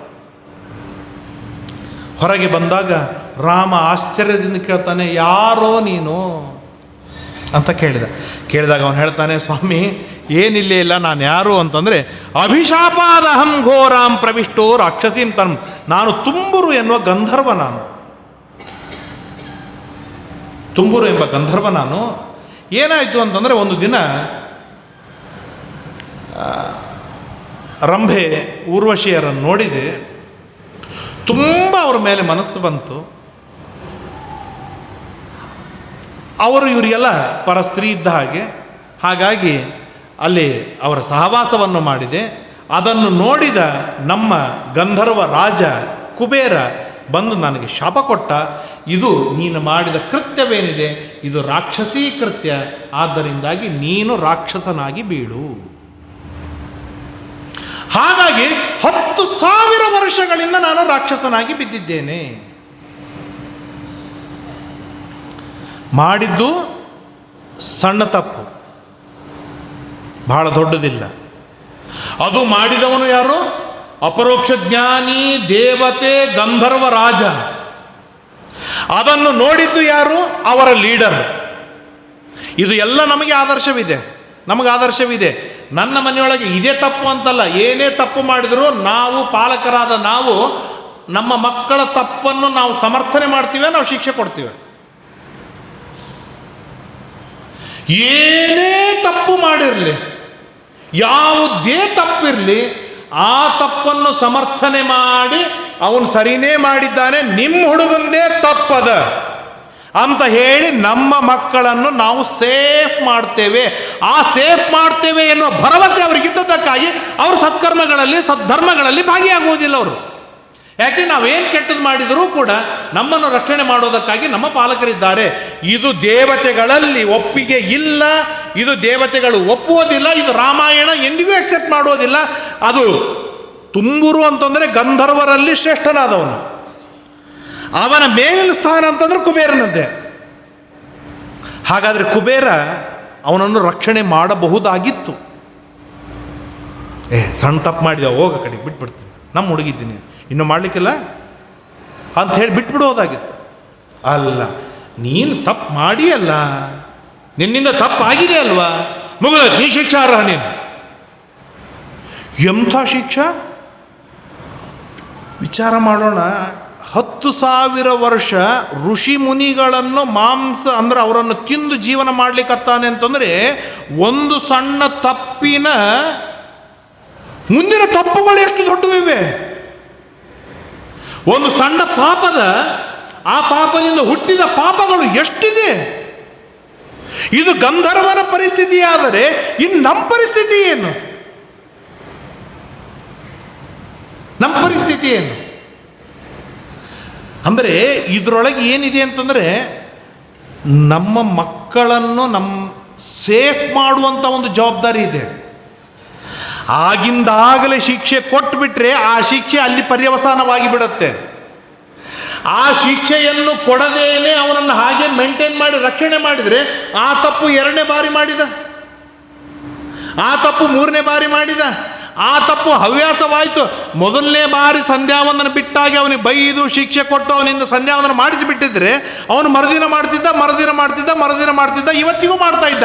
ಮೊದಲನೇ ದಿನ ನಾವು ಶಿಕ್ಷೆ ಕೊಡದೇನೆ ಇರಲಿ ಪಾಪ ಇವತ್ತಿನ ಸಂಧ್ಯಾವಂದನ ಮುಂಜಿವೆ ಆಗ್ಯದ್ರಿ, ಈಗ ಹೈರಾಣಾಗಿ ಇಲ್ಲಿಂದ ಬಂದಿದ್ದೀವಿ, ಬಿಟ್ಬಿಡಪ್ಪ ಅಂತೇಳಿ ಮೊದಲನೇ ದಿವಸ ಅಂದದ್ದಕ್ಕಾಗಿ ಅವನು ಹಾಗಾದ್ರೆ ಬಿಡ್ಲಿಕ್ಕೊಂದು ಆಪ್ಷನ್ ಅದ ಅನ್ನೋದು ಅವನ ತಲೆಯೊಳಗೆ ಅವತ್ತೇ ಗಟ್ಟಿ ಆಯಿತು. ಸೊ ಏನಾಯ್ತು, ಮೊದಲನೇ ದಿನ ಸಂಧ್ಯಾವಂದನ ಬಿಟ್ಟದ್ದಕ್ಕೆ ಇಷ್ಟು ಪಾಪ, 360 ದಿನ ಸಂಧ್ಯಾವಂದನ ಬಿಟ್ಟದ್ದಕ್ಕೆ ಇಷ್ಟು ಪಾಪ, 35 ವರ್ಷ ಸಂಧ್ಯಾವಂದನ ಬಿಟ್ಟದ್ದಕ್ಕೆ ಮಲ್ಟಿಪಲ್ ಆಗಿ ಬೆಳೀತಾ ಹೋಯ್ತು. ಅಂದರೆ ಅವನು ಸಂಧ್ಯಾವಂದನ ಬಿಟ್ಟಿದ್ದು ಸರಿ ಅಂತೇಳಿ ನಾವು ಅವನನ್ನು ರಕ್ಷಣೆ ಮಾಡಿದ್ದಕ್ಕಾಗಿ ಅವನನ್ನು ಸರಿಯಾದ ದಾರಿಯೊಳಗಿಟ್ಟು ಅವನು ಇನ್ನೂ ಭಾರಿ ಶಿಕ್ಷೆಯನ್ನು ಅನುಭವಿಸುವ ಹಾಗೆ ನಾವು ಮಾಡಿದ್ದೀವ. ಭಾರೀ ಶಿಕ್ಷೆಯೇ, ಭಾರಿ ಕಷ್ಟದೊಳಗೆ ಇಡುವ ಪರಿಸ್ಥಿತಿಯೊಳಗೆ ನಾವು ಅವನನ್ನು ತಂದಿಟ್ಟಿವೆ. ರಾಮಾಯಣ ಹೇಳುತ್ತೆ ಹಾಗಲ್ಲ, ಒಂದು ಬಾರಿ ತಪ್ಪು ಮಾಡಿದಾಗ ಅವನಿಗೆ ಟಕ್ಕಂತ ಶಿಕ್ಷೆ ಕೊಟ್ಬಿಡು, ಅವನು 2ನೇ ಬಾರಿ ಆ ತಪ್ಪು ಮಾಡುವುದೇ ಇಲ್ಲ, ತಪ್ಪೇ ಮಾಡೋದಿಲ್ಲ ಅವನು. ಬೈತಾರಪ್ಪ, ನಮ್ಮ ಅಜ್ಜ ಬೈತಾನೆ, ನಮ್ಮ ಅಪ್ಪ ಬೈತಾನೆ, ಸಾಧ್ಯನೇ ಇಲ್ಲ, ಸಂಧ್ಯಾ ಮಾಡಿ 1-2 ನಿಮಿಷ ತಾಳು ಮಾಡಿ ಬರ್ತೀನಿ IPL ನೋಡ್ಲಿಕ್ಕೆ ಅಂತಾನೆ, 6:15 ಮಾಡಿ 7ಕ್ಕೆ ಮ್ಯಾಚಿಗೆ ಹಾಜರಾಗ್ತಾನೆ. ಇದು ರಾಮಾಯಣ ನಮಗೆ ಕೊಡುವಂಥ ಅದ್ಭುತವಾಗಿರ್ತಕ್ಕಂತಹ ಆದರ್ಶ. ಆಗ ಇಷ್ಟಾದ ಮೇಲೆ ಅವನು ಹೇಳ್ತಾನೆ, ರಾಮ ನೀನು ಮಾಡಿದ ದೊಡ್ಡ ಅನುಗ್ರಹ. ಕುಬೇರ ಅವತ್ತೇ ನನಗೆ ವಿಶಾಪವನ್ನು ಕೊಟ್ಟಿದ್ದ, ಮುಂದೆ ರಾಮ ಬರ್ತಾನೆ, ಬಂದ ರಾಮ ನಿನ್ನನ್ನು ಸಂಹಾರವನ್ನು ಮಾಡಿ ಉದ್ಧಾರ ಮಾಡ್ತಾನೆ ಎಂಬುದಾಗಿ ಅವತ್ತು ಕೊಟ್ಟಿದ್ದ. ಆದ್ದರಿಂದಾಗಿ ಆ ರೀತಿಯೊಳಗೆ ನನ್ನ ಉದ್ಧಾರವಾಗಿದೆ, ನಾನು ಬರ್ತೇನೆ. ಇಲ್ಲಿ ಶರಭಂಗ ಎನ್ನುವಂತಹ ಋಷಿಗಳಿದ್ದಾರೆ, ಆ ಋಷಿಗಳ ಹತ್ರ ನೀನು ಹೋಗು, ಅಲ್ಲಿಂದ ನಿನಗೆ ಒಳ್ಳೆಯದಾಗತ್ತೆ ಅಂತ ಹೇಳಿ ರಾಮನಿಗೆ ದಾರಿ ತೋರಿಸ್ತಾನೆ. ತೋರಿಸಿ ಆದ ಮೇಲೆ ರಾಮನ ಹತ್ರ ಪ್ರಾರ್ಥನೆಯನ್ನು ಮಾಡ್ತಾನೆ. ಎಷ್ಟು ಸುಂದರವಾದ ಪ್ರಾರ್ಥನೆ ಅಂದರೆ, ಶ್ರೀರಾಮ ರಾಜೀವ ದಲಾಯತಾಕ್ಷ ವಿದ್ಯಾಧರೋಹಂ ವಿಮಲ ಪ್ರಕಾಶ ದುರ್ವಾಸಸ ಅಕಾರಣ ಕೋಪಮೂರ್ತಿನ ಶಬ್ದಪುರ ಸೋದ್ಯ ವಿಮೋಚಿತಸ್ತ್ವಯ. ಈ ರಾಮಾಯಣವೇನಿದೆ, ವಾಲ್ಮೀಕಿ ರಾಮಾಯಣ ಒಂದೇ ಇಲ್ಲ, 16 ರಾಮಾಯಣಗಳಿವೆ. ವಾಲ್ಮೀಕಿ ರಾಮಾಯಣ, ವಸಿಷ್ಠರು ಬರೆದ ರಾಮಾಯಣ, ಅಧ್ಯಾತ್ಮ ರಾಮಾಯಣ, ಆನಂದ ರಾಮಾಯಣ, ಹೀಗೆ ಅನೇಕ ರಾಮಾಯಣಗಳಿವೆ. ಅಲ್ಲಿ ಒಂದು ಅಧ್ಯಾತ್ಮ ರಾಮಾಯಣ ಭಾಳ ಸುಂದರವಾದ್ದು. ಅಲ್ಲಿ ಪ್ರಾರ್ಥನೆ ಏನು ಮಾಡ್ತಾನೆ ಅಂತಂದರೆ, ಇತಃ ಪರಂ ರಾಮ, ಇವತ್ತಿನಿಂದ ಈ ಕ್ಷಣದಿಂದ ತ್ವಚ್ಚರಣಾರವಿಂದಯೋ ಸ್ಮೃತಿ ಸದಾ ಮೇ ಅಸ್ತು. ನಿನ್ನ ಪಾದಾರವಿಂದಗಳಲ್ಲಿ ನನ್ನ ಮನಸ್ಸು ಗಟ್ಟಿಯಾಗಿ ಇರಬೇಕು ಇವತ್ತಿನಿಂದ. ಅನುಗ್ರಹ ಮಾಡ್ತೀಯಾ ರಾಮ? ಅನುಗ್ರಹವನ್ನು ಮಾಡು. ಇದು ಮೊದಲನೇ ಪ್ರಾರ್ಥನೆ. ಆಮೇಲೆ ಹೇಳ್ತಾನೆ ಎರಡನೇದ್ದು, ಯಾಕೆ ನನ್ನ ಮನಸ್ಸು ನಿನ್ನ ಪಾದಾರವಿಂದದಲ್ಲಿ ಇರಬೇಕು ಅಂತಂದರೆ ಭವೋಪಶಾಂತಯೇ, ನನ್ನ ಸಂಸಾರ ನಾಶವಾಗಬೇಕು. ಮತ್ತೆ ಇದೇ ತಪ್ಪು ಮಾಡಿದೆ, ಇದೇ ಕಷ್ಟ, ಇದೇ ತಪ್ಪು ಮಾಡಿದೆ, ಇದೇ ಕಷ್ಟ, ಯಾಕೆ ಬೇಕು ರಾಮ ಇದೆಲ್ಲ? ಏನು ಅಖಂಡವಾಗಿ ನನ್ನ ಮನಸ್ಸು ನಿನ್ನ ಪಾದಾರವಿಂದದಲ್ಲಿ ಇತ್ತು ಅಂತಂದರೆ ನಾನು ತಪ್ಪು ಮಾಡಲಿಕ್ಕೆ ಆಪ್ಷನ್ನೇ ಇಲ್ಲಲ್ಲ. ಹಾಗಾದ್ರೆ ನನಗೊಂದು ಸೇಫ್ ಆದ ದಾರಿ ಸಿಕ್ತು. ನಾನು ದೇವರಲ್ಲಿ ಮನಸ್ಸಿಟ್ಕೋತ ನಾವು ಕೂತ್ ಬಿಡ್ತೇನೆ. ಲಗ ಹೊಡೆದ್ರೂ ನಮ್ಮ ಮನಸ್ಸು ದೇವರಲ್ಲಿ ಬರಂಗಿಲ್ಲ. ನಾನು ಗಟ್ಟಿಯಾಗಿ ಕೂತ್ಕೊಂಡ್ಬಿಡ್ತೇನೆ, ತಾಸು 2 ತಾಸು, ಬೆಳಿಗ್ಗೆ ಎದ್ದಾಕ್ಷಣಕ್ಕೆ ನಾನು ಕೂಡ್ತೇನೆ ಅಂತಂದರೆ ಮನಸ್ಸು ಬರೋದಿಲ್ಲ. ಆ ಮನಸ್ಸು ಗಟ್ಟಿಯಾಗಿ ದೇವರಲ್ಲಿ ಬರಲಿಕ್ಕೆ ನಾಲೆಜ್, ತತ್ವಜ್ಞಾನ ಬಹಳ ಇರಬೇಕು, ಬಹಳ ಇರಬೇಕು. ಕನಿಷ್ಠ 100-200 ಮಹಿಮೆಗಳನ್ನು ಚೆನ್ನಾಗಿ ಅವನು ನೆನಪಿನಲ್ಲಿ ಇಟ್ಟುಕೊಂಡಿದ್ದರೆ 10 ನಿಮಿಷ ಗಾಯತ್ರಿ ಜಪ ಮಾಡುವಾಗ ಒಂದು 10 ಆದ್ರೂ ಬಂದು ಹೋಗುತ್ತೆ. ಇಲ್ಲದೇ ಇದ್ರೆ ನಿದ್ದೆ ಬರುತ್ತೆ, ಕಣ್ಣು ಮುಚ್ಚುತ್ತಾನೆ, ಮೊಬೈಲ್ ಕಡೆ ನೋಡ್ತಾನೆ, 100 ಡಿಸ್ಟರ್ಬೆನ್ಸ್ ಬರುತ್ತೆ. ಅವನು ಏಕಾಗ್ರವಾಗಿ ದೇವರಲ್ಲಿ ಮನಸ್ಸು ಬರಬೇಕು ಅಂತಂದರೆ ಕನಿಷ್ಠ 100-200 ಮಹಿಮೆಗಳು ಅವನಿಗೆ ಚೆನ್ನಾಗಿ ನಾಲಿಗೆ ತುದಿಗೆ ಇರಬೇಕು. ಹೀಗಿದ್ದಾಗ ಅಖಂಡವಾಗಿ ಸ್ವಾಮಿ ನಿನ್ನಲ್ಲಿ ಮನಸ್ಸು ಬರಬೇಕು ಅಂತಂದರೆ ಆ ಮನಸ್ಸಿಗೆ ಮೂಲಭೂತವಾದ ಕಾರಣ ಅದ್ಭುತವಾದ ಮಹಾಭಾರತ, ರಾಮಾಯಣ, ಭಾಗವತ, ಉಳಿದ ಶಾಸ್ತ್ರಗಳು, ಪುರಾಣಗಳು, ಇದರ ವಿಸ್ತಾರವಾಗಿರ್ತಕ್ಕಂಥ ಜ್ಞಾನವಿದ್ದಾಗ ಮಾತ್ರ ನಿರಂತರವಾಗಿ ದೇವರ ಪಾದಾರವಿಂದಗಳಲ್ಲಿ ಮನಸ್ಸು ಬರಲಿಕ್ಕೆ ಸಾಧ್ಯವಿದೆ. ಇದು ಮೊದಲನೇದು. ತ್ವನ್ನಾಮ ಸಂಕೀರ್ತನಮೇವ ವಾಣಿ, ನನ್ನ ಬಾಯಿ ಇದೆ, ನನ್ನ ಬಾಯಿಂದ ಮಾತು ಬರುತ್ತೆ ಅಂದರೆ ಸ್ವಾಮಿ ನಿನ್ನ ನಾಮಗಳು ಬರಬೇಕು ನನ್ನ ಬಾಯಿಯೊಳಗೆ. ಅಖಂಡವಾಗಿ ನಿನ್ನ ನಾಮಸ್ಮರಣೆ ಆಗಬೇಕು. ನಾವು ಮಾಡ್ತೀವಿ ಅಂತಂದ್ರೆ ಸೊಟ್ಟ ಮಾರಿಯಿಂದ ಸಂಧ್ಯಾಂದ್ರೂ ಮಾಡೋಂಗಿಲ್ಲ ಅಂದಮೇಲೆ 24 ಗಾಯತ್ರಿ ಜಪನೆ, 24 ಕೇಶವ ನಾಮಗಳೇ, ಕೇಶವ ನಾರಾಯಣನೇ ಬರುವುದಿಲ್ಲ ಅಂತಂದಮೇಲೆ ಎಲ್ಲಿಂದ ನಾಮಸ್ಮರಣೆ ಬರಬೇಕು? ಬರಲಿಕ್ಕೆ ಸಾಧ್ಯನೇ ಇಲ್ಲ, ಸಾಧ್ಯವೇ ಇಲ್ಲ. ಅಖಂಡವಾಗಿ ಬರ್ತಾನೆ ಇರಬೇಕು ದೇವರ ನಾಮಸ್ಮರಣೆ. ಈಗ ಸ್ವಾಮಿಗಳು ಪ್ರಾರಂಭವನ್ನು ಮಾಡಿದ್ದಾರಲ್ಲ, ರಾಮ ರಾಮ ರಾಮ ರಾಮ ರಾಮ ರಾಮ ರಾಮ ರಾಮ ರಾಮ, ನಿರಂತರವಾಗಿ ಭಗವನ್ ನಾಮಸ್ಮರಣೆ ಬರ್ತಾ ಇರಬೇಕು. ಸೌಭಾಗ್ಯವಂತರಿಗೆ ಬರುತ್ತೆ, ಪುಣ್ಯವಂತರಿಗೆ ಬರುತ್ತೆ, ಅದರಲ್ಲಿ ಹಂಬಲ ಮನಸ್ಸಿದ್ದವರಿಗೆ ಬರುತ್ತೆ. ಇದನ್ನು ಮಾಡಬೇಕು ಅಂತ ಹಠ ಇದ್ದವರಿಗೆ ಅಖಂಡವಾಗಿ ಬರುತ್ತೆ. ಅದನ್ನು ಕೇಳ್ತಾನೆ ಅವನು ಗಂಧರ್ವ. ತ್ವನ್ನಾಮ ಸಂಕೀರ್ತನಮೇವ ವಾಣಿ ಕರೋತು ಮೇ ಕರ್ಣ ಪುಟಂ ತ್ವದೀಯಂ, ನನ್ನ ಕಿವಿಗಳು ಇದೆ ಅಂತಂದ್ರೆ ನಿರಂತರವಾಗಿ ನಿನ್ನ ನಾಮಸ್ಮರಣೆಯನ್ನು ಕೇಳಬೇಕು, ಬೇರೆದೇನು ಕೇಳೋದಿಲ್ಲ. ಅಖಂಡವಾಗಿ ನಿನ್ನ ನಾಮಸ್ಮರಣೆಯನ್ನು ಕೇಳಬೇಕು. ಇದನ್ನು ಹೇಳಿದಾಗ ನಾವು ಬೇಸರಿಕೆ ಬರುತ್ತೆ ಕೆಲವೊಮ್ಮೆ. ಇದನ್ನಿಟ್ಟುಕೊಂಡೇ ದಾಸರು ಹೇಳ್ತಾರೆ, ಹರಿಮೂರ್ತಿಗಳು ಎನ್ನ ಕಂಗಳಿಗೆ ಕಾಣಿಸವು, ಹರಿಕೀರ್ತನೆಯು ಕೇಳಿಸದೆನ್ನ ಕಿವಿಗೆ, ಹರಿಮಂತ್ರ ಸ್ತೋತ್ರ ಬಾರದು ಎನ್ನ ನಾಲಿಗೆಗೆ, ಹರಿಪ್ರಸಾದವು ಜಿಹ್ವೆಗೆ ಸವಿಯಾಗದಯ್ಯ. ಈ ಎಲ್ಲ ರೋಗ ನನ್ನಲ್ಲಿ ಗಟ್ಟಿಯಾಗಿದೆ. ದೇವರ ಪೂಜೆ ಮಾಡೋದಿಲ್ಲ, ದೇವರು ನನ್ನ ಕಣ್ಣಿಗೆ ಕಾಣಿಸೋದಿಲ್ಲ, ದೇವರ ಕತೆ ಕೇಳೋದಿಲ್ಲ, ನನ್ನ ದೇವರ ಕತೆ ಕೇಳೋದಿಲ್ಲ, ದೇವರ ನೈವೇದ್ಯ ಮಾಡೋದಿಲ್ಲ, ನನ್ನ ನಾಲಿಗೆ ದೇವರ ನೈವೇದ್ಯ ರುಚಿ ಹತ್ತೋದೇ ಇಲ್ಲ. ಪಾನಿಪುರಿ ರುಚಿ ಹತ್ತತ್ತೆ, ದೇವರ ನೈವೇದ್ಯ ರುಚಿ ಹತ್ತೋದಿಲ್ಲ. ರುಚಿ ಹತ್ತಿತ್ತು ಅಂತಂದ್ರೆ ದೇವರ ಪೂಜೆ ಎಂದೂ ಬಿಡುವುದಿಲ್ಲ.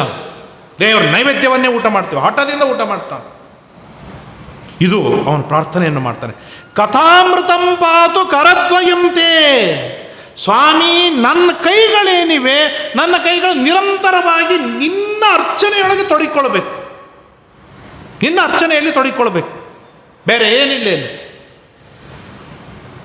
ದೇವರ ಪಾತ್ರಿನೂ ನಾವು ಕೆಲಸದವ್ರನ್ನ ತಿಕ್ಕಿಸ್ಬಿಡ್ತೇವೆ. ನಮ್ಮ ಕೈಯಲ್ಲಿ ಸವಿತದ ಅನ್ನೋ ಚಿಂತೆ ಅಥವಾ ನಮ್ಮ ಶ್ರೀಮಂತಿಕೆ ಒಂದು ವೈಭವ, ಹಾಗೆಲ್ಲಲ್ಲ. ದೇವರಿಗೆ ಸಂಬಂಧಪಟ್ಟ ಕೆಲಸ ನಾನು ಮಾಡ್ತೇನೆ. ಓಡಿ ಬಂದು ನೀ ಬೇಡ, ನಾ ಮಾಡ್ತೇನೆ, ನನ್ಗೆ ಬೇಕಾದ್ದು ಇದು ದೇವರ ಪ್ರೀತಿಗಾಗಿ ನಾನು ಮಾಡೋ ಕೆಲಸ. ಸರಿ ಆಚೆ ಸರಿ. ಇದು ನಮ್ಮ ಕೈಗಳಿಂದ ಮಾಡುವಂಥ ಕೆಲಸ. ಬೇಕಾದ್ದಾಗಲಿ ದೇವರಿಗೆ ಅಡಿಗೆ ನಾನು ಮಾಡ್ತೇನೆ. ಹಠ ಹಿಡಿದು ಮಾಡೋದು, ಇದರಿಂದ ಸಾಧನೆ ಬೆಳೀತಾ ಹೋಗುತ್ತೆ. ಅವನು ಎಷ್ಟು ಸುಂದರವಾಗಿ ಪ್ರಾರ್ಥನೆ ಮಾಡ್ತಾನೆ. ಪಾದಾರವಿಂದಾರ್ಚನಮೇವ ಕುರಿಯಾತ್ ಶಿರಶ್ಚತೆ ಪಾದ ಯುಗ ಪ್ರಣಾಮ. ನನ್ನ ತಲೆ ಏನಿದೆ ತಲೆ ಬಾಗಿದೆ ಅಂತಂದ್ರೆ ನಿನಗೆ ತಲೆ ಬಾಗುತ್ತೆ ಅಖಂಡವಾಗಿ. ನಹಿ ಹರಿಂ ಸತತಂ ನಮತ್ಯಸೋ ನಚನ ಪಶ್ಯತಿ ನಾಪಿ ನ ವಂದತೆ. ಅಖಂಡವಾಗಿ ದೇವರ ತಲೆ ಬಾಗೋದು ಎಷ್ಟು ವಿಚಿತ್ರ ಅಂತಂದರೆ, ನಮ್ಮನ್ನು ನಾವು ವಿಮರ್ಶೆ ಮಾಡಿಕೊಂಡಾಗ ನಮಗೆ ಆಶ್ಚರ್ಯವಾಗತ್ತೆ. ನಮ್ಮ ಮನೆಯ ದೇವರಿಗೆ ನಮ್ಮ ತಲೆ ಬಾಗುವುದಿಲ್ಲ. ಗುಡಿಗೆ ಹೋದಾಗೆ ಮಠಕ್ಕೆ ಹೋದಾಗ ನಮ್ಮ ತಲೆ ಬಾಗತ್ತೆ. ಅಂದ್ರೆ ನಮ್ಮ ಮನೆಯೊಳಗಿರುವ ದೇವರಿಗೆ ನನ್ನಿಂದ ನಮಸ್ಕಾರ ಮಾಡುವ ಯೋಗ್ಯತೆ ಇಲ್ಲವೋ, ಅಥವಾ ಅವನಿಗೆ ನಾವು ನಮಸ್ಕಾರ ಮಾಡಲೇಬಾರ್ದು. ಅದು ಏನು ನಮ್ಮ ಆ್ಯಟಿಟ್ಯೂಡ್ ಅದು ನನಗೆ ಗೊತ್ತಿಲ್ಲ. ದೇವಸ್ಥಾನಕ್ಕೆ ಬಂದಾಗ ಸಾಷ್ಟಾಂಗ ನಮಸ್ಕಾರ ಮಾಡ್ತೇವೆ, ನಮ್ಮ ಮನೆಯೊಳಗೆ ನಾವು ದೇವರಿಗೆ ನಮಸ್ಕಾರವನ್ನೇ ಮಾಡುವುದಿಲ್ಲ. ನನ್ನ ಮನೆಯನ್ನು ರಕ್ಷಣೆಯನ್ನು ಮಾಡಲಿಕ್ಕಾಗಿ ಇರುವವನು ನಮ್ಮ ಮನೆ ದೇವರು. ಇದು ಗಟ್ಟಿಯಾಗಿ. ನಮ್ಮ ಊರನ್ನು ರಕ್ಷಣೆಯನ್ನು ಮಾಡಲಿಕ್ಕಾಗಿ ಇರುವವನು ದೇವಸ್ಥಾನದ ದೇವರು. ನನ್ನ ರಕ್ಷಣೆಗಾಗಿ ಇರುವವನು ನನ್ನ ಅಂತರ್ಯಾಮಿಯಾದ ದೇವರೇ. ಇದು ಸ್ಪಷ್ಟವಾಗಿ ನಾವು ತಿಳಿದುಕೊಳ್ಳುವಂಥದ್ದು. ನನ್ನ ರಕ್ಷಣೆಗಾಗಿ ಇರುವ ದೇವ ನನ್ನ ಅಂತರ್ಯಾಮಿ ದೇವ. ನನ್ನ ಮನೆಯನ್ನು ರಕ್ಷಣೆಯನ್ನು ಮಾಡುವಕ್ಕಾಗಿ ಇರುವ ದೇವ ನನ್ನ ಮನೆಯ ದೇವರು. ನನ್ನ ಊರನ್ನು ರಕ್ಷಣೆಯನ್ನು ಮಾಡಲಿಕ್ಕಾಗಿ ಇರುವ ದೇವ ದೇವಸ್ಥಾನದಲ್ಲಿ ಇರುವ ದೇವ. ಇಡೀ ದೇಶವನ್ನು ರಕ್ಷಣೆಯನ್ನು ಮಾಡಲಿಕ್ಕಾಗಿ ಇರುವ ದೇವ ತಿರುಪತಿ, ವಿಠ್ಠಲ ಇತ್ಯಾದಿಯಾಗಿರ್ತಕ್ಕಂಥ ದೊಡ್ಡ ದೊಡ್ಡ ಕ್ಷೇತ್ರದಲ್ಲಿರುವ ದೇವ. ಆದ್ದರಿಂದಾಗಿ ನೇರವಾಗಿ ನನ್ನ ರಕ್ಷಣೆ ಬೇಕಾ, ನನ್ನ ಉದ್ಧಾರ ಬೇಕಾ, ನನ್ನ ಅಂತರ್ಯಾಮಿಯಾದ ದೇವನೇ ನನ್ನನ್ನು ರಕ್ಷಣೆಯನ್ನು ಮಾಡುವವನು. ಬೇರೆ ಯಾವ ದೇವರು ನನ್ನ ರಕ್ಷಣೆ ಮಾಡಲಾರ. ನನಗೆ ಜ್ಞಾನಾದಿಗಳನ್ನು ಮೋಕ್ಷಾದಿಗಳನ್ನು ಬೇರೆ ಯಾವ ದೇವರು ಸುಧಾ ನಮಗೆ ಕೊಡ್ಲಿಕ್ಕೆ ಸಾಧ್ಯವಿಲ್ಲ. ಅದನ್ನು ಭಾಳ ಸುಂದರವಾಗಿ ಹೇಳ್ತಾನೆ. ಶಿರಶ್ಚತೆ ಪಾದ ಯುಗ ಪ್ರಣಾಮ ಕರೋತಿ ನಿತ್ಯಂ ಭವದೀಯಮೇವ. ಈ ರೀತಿಯಾಗಿ ನಿತ್ಯದಲ್ಲಿ ನನಗಾಗಬೇಕು ಅಂತ ರಾಮನಿಗೆ ಆ ತುಂಬುರು ಗಂಧರ್ವ ಕೇಳಿದಾಗ ರಾಮ ಹೇಳ್ತಾನೆ, ಮದ್ಭಕ್ತಿರ್ ದುರ್ಲಭಾಲೋಕೆ ಜಾತಾಚೇನ್ ಮುಕ್ತಿದಾಯತಃ. ನನ್ನ ಭಕ್ತಿ ಅತ್ಯಂತ ದುರ್ಲಭನೋ, ಇಷ್ಟು ಹುಟ್ಟಿದೇನಾ, ಹಾಗಾದ್ರೆ ನಿನ್ನ ಮೋಕ್ಷವಾಗತ್ತೆ, ಹೋಗು, ಏನು ವಿಚಾರವನ್ನು ಮಾಡಬೇಡ ಅಂತ ಹೇಳಿ ಆ ಗಂಧರ್ವ ರಾಕ್ಷಸ ರೂಪದಲ್ಲಿರುವ ಪ್ರಾರ್ಥನೆಯನ್ನು ಮಾಡಿಕೊಂಡಾಗ ರಾಮ ದಿವ್ಯವಾದ ಅನುಗ್ರಹವನ್ನು ಮಾಡಿ ಅವನು ಕೊಟ್ಟು ಕಳಿಸಿ ಮುಂದೆ ಶರಭಂಗ ಋಷಿಗಳ ಆಶ್ರಮಕ್ಕೆ ಹೋಗ್ತಾನೆ.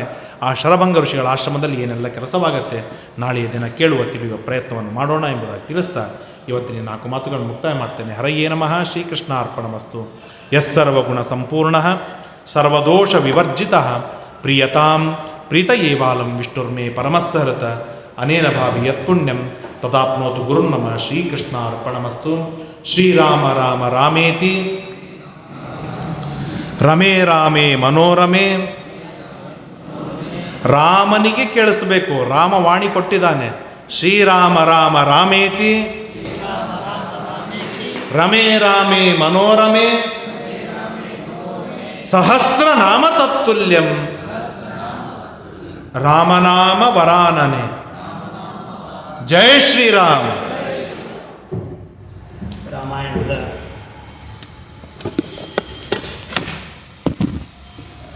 ವೆಂಕಟೇಶೋ ವಾಸುದೇವ ವಿಕ್ರಮ ಸಂಕರ್ಷಣೋ ನಿರ್ದಶ್ಚ ಶೇಷಾದ್ರಿಪತಿರೇವ ಚ ಜನಾರ್ದನ ಪದ್ಮನಾಭೋ ವೆಂಕಟಾಚಲವಾಸಃ ರಾಮಾಯಣದ ಪ್ರವಚನ ಕಾರ್ಯಕ್ರಮ ವಿಶೇಷವಾಗಿ ನೆರವೇರ್ತಾ ಇದೆ.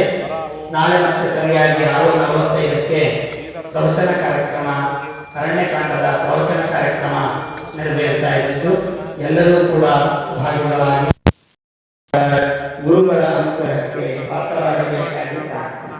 ಶ್ರೀನಿಧಿ ಸರ್ವಭೂತಾನಾಂ ಭಯಕೃತ್ ಭಯನಾಶನಃ ಶ್ರೀರಾಮೋ ರಾಮ ಭದ್ರಶ್ಚ ಭವಬಂಧು ಏಕಮೋಚಕಃ ಭೂತಾವಾಸೋ ಗಿರಾವಾಸ ಶ್ರೀನಿವಾಸಸ್ಯ ಪತಿಃ ಅಚ್ಯುತಾನಂತ ಗೋವಿಂದೋ ವಿಷ್ಣೋರ್ವೆಂಕಟನಾಯಕಃ ಸರ್ವದೇವೈಕ ಶರಣಂ ಸರ್ವದೇವೈಕದೈವತಂ ನಮಸ್ತದೇವ ಕವಚಂ ಸರ್ವದೇವ ಶಿವಾಮಣಿಃ ವಿಜಯಂ ಕೀರ್ತನ್ಯಸ್ಯ ವಿಷ್ಣೋರ್ವದತೆ ಸಾ ವಿಕಾಲೇ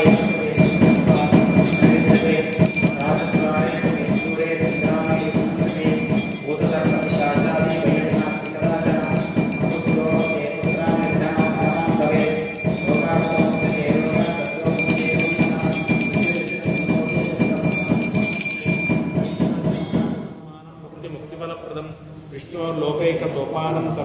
सर्वविघ्नैकनाशनं सर्वैश्वर्यपदं नृणां सर्वमङ्गलकारकं मायावीपरमानन्दं त्यक्त्वा वैकुण्ठमुत्तमं स्वामी पुष्करणी तीरे रमया सामोदते कल्याणाद्भुतगात्राय कामितार्थप्रदायिने श्रीमद्वेङ्कटनाथाय श्रीनिवासाय ते नमः।